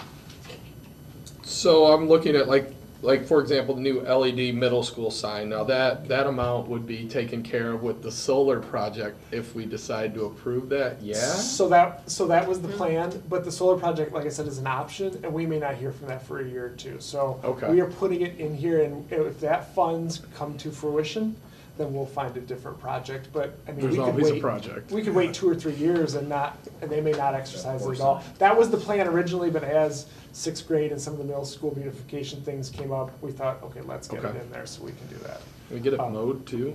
Huh? I'm sorry. I said, can we get it mowed, cleaned up, or? Yes, that is all gonna be part of it, yep. Please. So the second line, there's a food service middle school refresh, and I didn't think I brought it in with me, but Jill's been working with a company to redo the appearance of the line inside and out at the middle school as we talk about refreshing that building. It looks really nice, and I think I left it in my office, and I can show you guys afterwards what that would look like. Sorry, I didn't bring it in. But as we work on updating the painting and some of those things, it's a really nice refresh. Because a lot of that building is from the 70s, so, and it looks like it. So, Very tired areas. just like painting in the bathrooms and the LED sign and the landscaping and all the stuff that we can do to beautify that building. I think that is a great refresh place, but I'll be more than happy to show you kind of what those renderings look like so you guys can see. Yeah, So please. the refresh for food service, does that also include the possibility of expanding the room if we're talking sixth graders coming in and? So that isn't specifically part of this, but something that's being evaluated on in terms of what counts are and what will fit and what we do and how to make sure all of those kids fit. So if there is a need for that, then we'll get that in there. But right now, there's a lot of conversation about those numbers and what that looks like. So. Middle school desk and chairs. So this is an estimate for a classroom set of desk and chairs to replace. So if sixth grade comes up, or I'm not saying that there would necessarily be sixth grades, but they could be, or we just begin to refresh some of those desk and chairs there too. So now if we're moving 9 buildings of sixth graders over to the middle school, are we not taking those 9 buildings worth of furniture with them, or? Typically, they use different kinds of desks. Elementary use lift lid desk, and the middle school has like the flat bench. But, and like I mentioned, when we bought a lot of those desks with the ESSER funds, it was because first grade or second grade would use tables, or maybe they didn't have desks, so we bought a bunch. There was a year, 21, that the principals were like, everyone was in person, we need a bunch of desks, and it came out to like 500. Well, typically, once you place an order, by the time stuff gets here, there's a lot more, right? So we ordered 1,000. By the time they got there, they needed like 400, so we had some extras. So we've done a really good refresh of the elementary level. Middle school and high school haven't had quite that kind of refresh yet. So that'll be something like this would be a good step in that right direction, but high school is kind of included in that too, in terms of needing a refresh, because that's really not something that a building budget can handle when you have thousands of desks and things are expensive. So does that help? A little bit. Okay. New LED signs, so that is an estimated price to replace the sign. The sign is sad at the middle school, based on which side you look at. I don't think anyone one's worse than the other. It absolutely needs a refresh there, so. McChesney Cooking Kitchen. So this, we've talked a little bit about this in the past, but this equipment would make McChesney have the ability to cook. So it's really the only one that has the right size to do that at this point. Doesn't that seem kind of ridiculous? I mean, I know it worked at McChesney myself, and it's like, if they're carting all of this food to all of the different schools, what is the point of spending this kind of money when they can just cart one more to the next school and keep going? It just helps the food be fresher. It's one less stop on the route for that, so.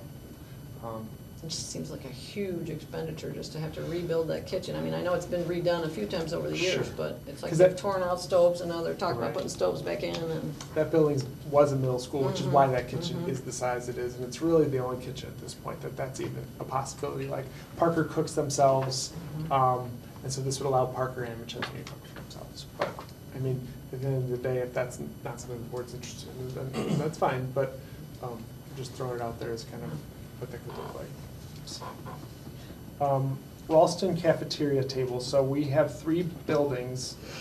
So we've done tables at Olson right when I got here, Rock Hut, Windsor, Loves Park, Parker Center when we redid that addition, and McChesney doesn't have fold-out pocket doors. So that leaves 3 more buildings of Maple, Marquette, and Ralston. And in speaking with Jill, she said that Ralston's were the most in need. So if we were able to do one every couple years within 4 years after the summer, they would all have been refreshed within 20 years. So just continuing on that path.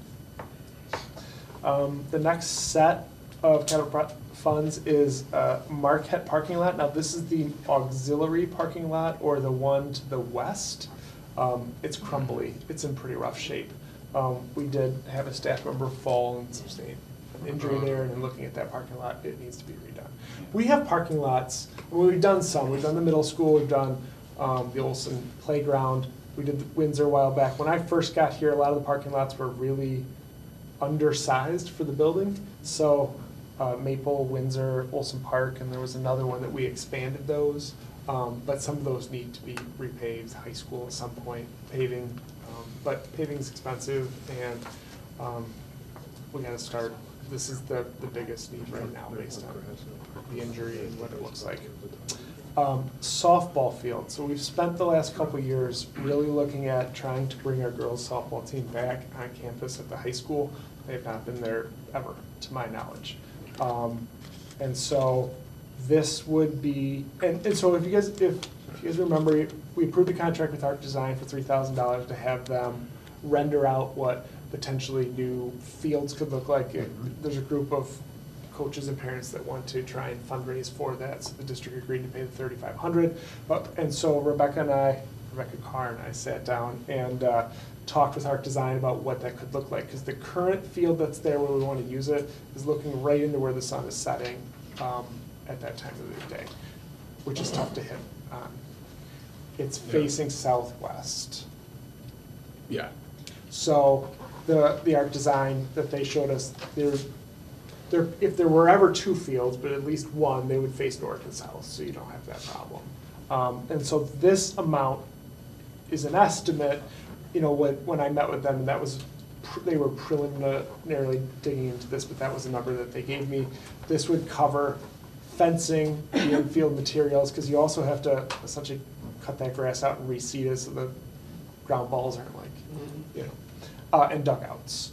So it would be a good step, because this is obviously, you know, you need a scoreboard too, but a really visible place for us out on that green spot by Alpine. So making that look nice, making that inviting for them to come back to campus is important. So we cover that. So do we assume that they're gonna have to have like the high fencing to keep balls from going out on the highway or into the homes next door, or? Sure, so their fencing line is 200 feet, and that should fit fine, especially if we're facing south. I don't think that will be much of an issue. I mean, one heck of a home run, but it is possible. We'll keep an eye, we'll be cognizant of that. I mean, look at Wrigley Field, they bumping cars out on Waveland. Because like coated fencing is expensive right now. Everything's expensive right now. McChesney Gym lighting and flooring.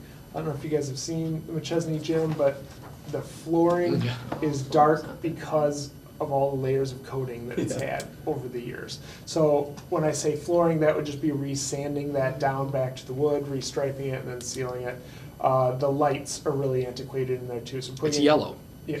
So putting in new LED lights It's very yellow in there. with that floor will make that space totally updated. Is this factoring any potential LED benefits we get from ComEd or whatever for making those? This is just a projection. We will get more specific with that. One thing that I didn't include in here that I probably need to in the final is some dollar amount for stage lighting. Their stage setup, as Kurt knows, is a mess. And sound, a little bit of sound and lighting. They don't need a ton, but it's definitely in really rough shape there. Just bring out just a random speaker and you got a great stage there, yeah. These few updates will make that space significantly more functional. And I originally planned on doing that this summer, and I promised Amy, I'll try and get it in there, I promise. So, Well, if the other grade schools have linoleum gymnasiums, do they all have wood, or do they? no, I think McChesney is the only wood. And is there a reason we need to redo the floor, or can we just overlay it with It'd linoleum? be cheaper or to strip it down? to would be strip it cheaper than it would be just to cover it? replace it. Oh, by far. Yeah, I mean, that wood is something that would be a fortune to do now. It's kind of one of those things like we Very have. cool, It's yeah. beautiful Just once it's every- redone. Every once in a while, we just have to sand it down Right. and redo that. Like, we did that at the high school, just at the playing surface, and it looked great, but as you. Until they had homecoming, when it wasn't dry and there's still glitter in it. Is there, oh, I haven't noticed that. Walk down there, and homecoming was right after, and there's still glitter in the sealer or whatever. There's they glittered or maybe it was after. They went right over the glitter. That's character. Huh? I said it sounds fabulous. But that Yeah, just go look and you're gonna be like, oh my gosh, yeah. After we did that work, that court was night and day different. Oh yeah, it's How beautiful. it looked. It's sparkly. So I think that'll go a long way there. So I have two chillers in here as a placeholder. I'm waiting for DLA to finish their like safety facility assessment to let us know where the biggest need of HVAC is. Our HVAC systems are aging, and we're gonna test them these next couple days. So if you hear something about air, you know, we might see a little bit of struggling. We'll see. It's But a we big need good to. test this week, I tell you what. Well, I don't know if it's a test that we're super excited about. I don't know, yeah. I don't know how well we're gonna pass. Average. The chillers? I don't have a location until DLA Oh, so tells. this is just randomly, like, we're gonna. This is it's a placeholder. Hopefully, I'm gonna tell them by the time I have the final, because they're just, as we talk about those cooling towers and there's all kinds of opportunity now. Olson and the high school went out, but, I mean, you can almost pick anywhere. So I need them to tell me the biggest need. Yeah, it's like when I came over here and told you there was a waterfall at the middle Right. school. We have to start on the chillers Pretty. now. Otherwise, we're gonna have a real HVAC problem. Where do we traditionally get chillers? We haven't bought a chiller in 25 years. Okay. Uh, So just to let you know, if it's, anything like lead times I see at work, it's like 6 to 12 months out. Yes. So when Josh says we need to start doing it now, we need to start doing it. I mean that for this year, but I also mean long-term Yeah, now. absolutely. Like the typically train chillers, but this will be something that'll have to be bid. The architects will have to put that out. Okay. Because there's different ways to do the cooling and there's different incentives and all of those So things. bus schedule, but for chillers. Yeah. Really, Basically. everything needs some kind of schedule. Maybe the Olson Park networking was a blessing that sped this up on the list of things. So I'll have more definitive information for you at the final. Cool. How does that work when we purchase something that large? Do we function like a business entity where we have like a net 30 upon delivery, or do we pay all up front? So it's reflected in the budget. So typically, if we put that out to bid and if there's a GC, we'll get incremental billing, like they're gonna bill us Okay. for insurance or labor. It's not like, hey, here's all at once. Now, I don't know how long that takes to put in. If they did it in a month, it could just be one full bill. Okay. But so that's one, when we look at the chillers, why I only put 170. So there's two columns and I didn't clarify this and I apologize. The total amount of the project, how much I think is roughly gonna come in by June 30th. Because as much as I'd love to see projects complete in June, Yeah. half the time they don't even show up till July 1st. Sure. So, but to your point of the timeline, as soon as we know the location, we have the final budget, I'm gonna turn that around and have them get going so that we can get those in time wherever they need to be. Gotcha. Round 2 of middle school hallway painting, and our plan has been to continue to do a hallway each year until it is updated. The next item, carpet removal into tile at the high school and Parker Center. So we have a lot of classrooms that are carpeted at the high school. That carpet is 24 years old at least and needs to begin to be replaced. So Parker Center also has carpet with kindergartners in there, so I can tell you some imagine what that's stories. like. So, this is just a lump sum until we can get that bid. We don't anticipate any abatement issues at these buildings, so we'll just keep plugging away at the carpet, just for lots of And different those, reasons. well, I'm assuming we're gonna use, because right now it's just single sheet, right? And we're gonna use like the industrial, like the squares, so we gotta replace a piece or something. So I would anticipate this becoming tile like every other classroom that we have. Tile or carpet tile? Tile. Tile. That's what they should be. Yeah, tile. All right. And that's gonna be a huge savings, obviously, over carpet and installation. I mean, tile's gotta be, a one-day job, basically, not Tile's to a probably- certain degree. I would say tile's more expensive because they Yeah. gotta put them in one Oh, piece at a it's time, twice as yeah. much. And Dr. Yarbrough and I talk about this often. Once those buildings are done, we're gonna do the carpet here, because the carpet here is sad too, but we wanna make sure the buildings are done Have we first. gone to like the schools themselves and checked with the teachers in these rooms to see if they prefer tile versus carpet, just to get their opinion? So sometimes, like, if we ask what people prefer, it's different everywhere. Okay. We just need a standardized surface so we can clean them all, because you wouldn't want one being one, like, No, I'm just making sure if there's something that was one way, they were leaning one or the other, and you go, man, we like carpet because it was able to keep the noise down and kept the reflections of that down. We talked a lot about that at Olson Park, because Olson Park used to be all carpet and it went tile, and it's been relatively fine. We wanted carpet, but it didn't matter because tile was what we got, and quite honestly, it's not as disgusting. I mean, honestly. Yeah, I mean, there's pros and cons to Yeah. each, obviously. But we wanted it because we didn't have walls and we don't have doors. Yeah, I mean, there's a big difference And so it was between, very echoey, yeah, certainly. but we have more walls. But I don't anticipate anything. Okay, I'm gonna say, because you look at it from, and we should, from like a cost perspective and ease of cleanup, but exactly that, like, there might be, maybe it's not sound, but there's different things that the teachers see on a day-to-day basis Sure. that you may not look at when budgeting. And we have done carpet squares by the lockers in the auditorium around the Right. seat, around the seats, not under the seats. So we have used that sometimes, but generally in classrooms, it's been tile.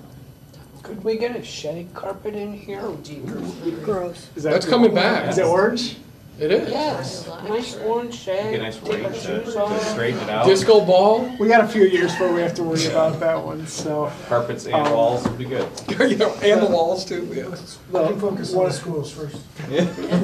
One of the last items on here is forklift, and that is for, I should have put an S, that is for 2 forklifts. So right now, one would go to Bill's new program, because he wants to do forklift, like certifications there. And one, we have a forklift here, but it is not in great shape. I did talk with Gail in Accounts Payable, who oversees the warehouse, Don in Transportation, and Mike in Operations, because we do get a lot of shipments here. We have a pallet jack right now, but it is essentially dying. So in talking with all of them, they said that a smaller forklift that could be nimble between the warehouse or taking deliveries would be helpful. So pallet jacks aren't necessarily cheap either, but this would be probably the best option. And this for kind of the maintenance of that versus, I know there's I'm not a forklift guy, but a wide range of those, right? There's electric forklifts now, there's Sure. propane, forklifts, there's different Yeah. types of fuels that are out there. I haven't dug into a ton of that, but I know Bill, we'll work with Bill on what he's looking for specifically, and then. I'm sure for we'll the get training, down. there's 2 different things there too, but then obviously whatever's the lowest maintenance for us would be better as well. Sure. And then the last item is tuck pointing, which is, well, like one of my next voting items here. So this is kind of the list of everything that we've put together and already been approved. So I wanted to go through that and just let you guys see every item that we have in there. Quick question. Oh, go ahead. No. I have one last question. So, big topic's gonna be the middle school, right? And I think you touched on it a little bit as things come up. We'll take a look at it. Do we have any built-in wiggle, or is that kind of a as they come problem? Built-in wiggle for just things that. This that thing, I committee mean, comes up with. naturally, we're talking about transitioning the 6 to the middle school. I'm sure things will come up. So do we have a built-in wiggle for the things that come up, or is that an at the time problem? Yeah, so I guess that kind of depends on how big of a size that is. Like if they're Okay. small to medium, we can take care of it. If it's a bigger project, so we could also talk about when we come to the final budget, if we need an amount in there to cover things that pop up, we can do that too. But I don't have like a transition amount in there other than, I mean, you could do less desk and chairs. We could put an additional amount in there, whatever we feel comfortable with. Thank you. All right. I think I've taken my allotted time on the budget. You did a good job. Larry wants to hear it again. Twice. Just record it. Okay, so my next item is a recommendation to approve a change order at the high school exterior tuck pointing in the amount of $414,830. So over the last couple of years, we've talked about the high school brickwork and tuck pointing a little bit, and I know everyone's probably at a different point in terms of what they've heard regarding that. So 2 years ago, as you look to the front of the high school to the left, that wall began to give away and was about to fall down. So insurance covered that, but when they dug in there and looked, some of the way things were tuck pointed and the bricks were tied out wasn't right. And so once we repaired that, we had our architects go through, and we took really the next year, and they went around and we opened some spots in the high school, and we really tried to look at similar areas to see if there are problems, and there were. Not to the extent that the walls are falling down, but there were definitely areas that need to be addressed because some of the brick is 50 years old and water has penetrated and rusted things. And so we had this as an alternate in the CTE project because there's going to be people doing brickwork and similar things while they're there. That amount came in over $900,000. So we said, okay, hold on, let's scale it back a little bit. So Ringland and the architect went back and revised the scope to try and focus on the main areas that we need to address. And in talking with Ringland, there's really two ways to think about this. There's been water damage that has happened in certain places, and they're specific to like where under a window is, and there's very technical brick terms that I'm not going to get into because I don't fully I have the technical terms here, but, so there's been some water damage over those 50 years that they need to repair. There's also areas that they need to get in and be proactive and shore up so that we don't continue to have those problems as we go. And so, the mason, we bid the mason piece, the rest of this is change orders with trades that are there, so painting and glass and some of those things, since they're already there on site. And we're gonna try and get this done as quickly as we can. But this is just, it's a huge building, with tons of brick, and some things that they did back in the 70s aren't the way you do them now, and once water got in, they caused some problems. So trying to be reactive and proactive at the same time with this. So you said this was quoted originally at 900,000, they reworked it down to 400,000. Yeah. Do we know just at a high level where that discrepancy or difference was? Was that just like fixing everything they could possibly find? Sure, yeah, I versus think there was these are a the lot most of critical and proactive areas? There was a lot of scope in there initially, and so then, and we've seen that a little bit, right? We've done that in other areas where a number comes in high, let's really get the best bang for the buck here, because honestly, $900,000 is a ton of money for that. Oh, yeah, that's what I'm just saying. I mean, this is a lot of money for the It's a repair. lot, but it's such a reduction, I just wanna make sure that there's nothing that we're directly missing where, great, we spent $400,000 now, they quote us 900,000, but collectively, since we're not fixing those, it's gonna be Sure. 1.2 million or something. Yeah, right? and I'm not as, I think we'll be okay on that difference, but here's one important disclaimer, so thank you for bringing that. There is a 10% contingency here. There is an element of this, even though we've opened the walls, that they get in there, and there's gonna be more stuff to fix. There's $36,000 in extra there, but we need to let them go in and try and fix what they need to fix. Like, no chance, I mean, high school, age-wise, any risk of asbestos or whatnot? Or Please, worry about? God. I know, right? Not in the brickwork. I don't Okay. anticipate that. It's not plumbing, because really you're just tying into the roof line and the bricks and some of like where, Okay. under the windows. I'm just looking for the scariest contingency I can possibly find. I'm not gonna say never, No. but it's unlikely. This so- is living doom over here. I've been knocking, is this wood though? No, this is laminate. This is actually also asbestos. Sorry, George. Are there any other questions on that? No, I think I'm good now. So, my last item is a recommendation to approve a settlement agreement with Rockland's Best Currency. I think Dr. Yobo emailed you guys about that. I couldn't represent us in small claims court, so this was the best we could do to close this out. Add that Esquire to the name. Are there any questions on that? No, not for me. If there are no questions, that is my report this evening. Thank you, sir. Thank you, Josh. Is that a record longest or getting up there? It's up there. With all that, turning it over to Dr. Shelley Wagner. Thank you. Tonight I have the recommendation to approve the personnel agenda and addendum. Your addendum tonight. Had to get as many people hired as possible. So tonight I bring you 42 employments. Yes. All right. Yes. Thank you. 11 transfers, 2 leaves of absence, 11 resignations, and 1 new position for our multilingual learners. Our multilingual population has grown by 22%. So Luisa Dominguez has asked for an additional teacher in that area in order to serve our students as we are required to. So that's on there. And that's it. Any questions? Should have gone first. No, I like easing into it. Okay. Thank you.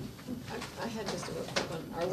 Are we reducing the food service? Like, I mean, there were a few years there where everybody seemed to go 15 minutes more, and then for a while there, then it came back down, and. We have not. Okay. Any questions? Okay. Dr. Terrell Yarbrough. I am happy to report that I have nothing to report. Wow, no FOIAs or anything? No FOIAs or anything. I'm happy that you reported that too. That might be a Knock on first. the mic. First day of school. First day of school went, touched base with most of the principals. Everybody said it was a good start to the year. Got around to a few buildings as well. And, like everybody said, students happy, parents happy. Talked to one parent specifically. She said, I'm happier than my child right now. Oh, yeah. That was good. But yeah, no, just a great start overall, so happy. Yeah. So did you like change your shirt? So like when you went to Loves Park, you had a Loves Park shirt on. When you went to Rock Cut, you had a Rock Cut shirt on. Windsor invited me to their staff picture, so that's why I'm wearing the Windsor shirt. But when I did go to Loves Park, they complained and they gave me a shirt. So I see how you're doing it. I see that. I see how it goes. Just try to go. So I would go to every school now and wear a shirt and see if I get a shirt. Expand the word. I think you should. All right, thank you, sir. Thank you. Moving on to the consent agenda. Can I get a motion and a second to approve the personal agenda and addendum? Motion. Second. Mr. Sterling?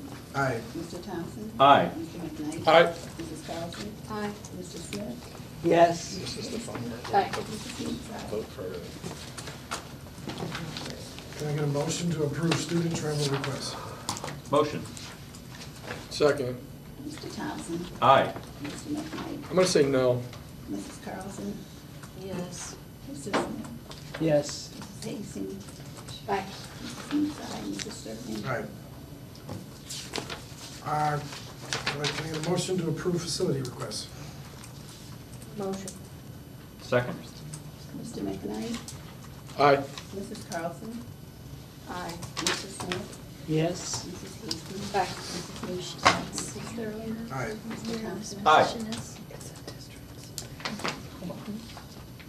Say yes.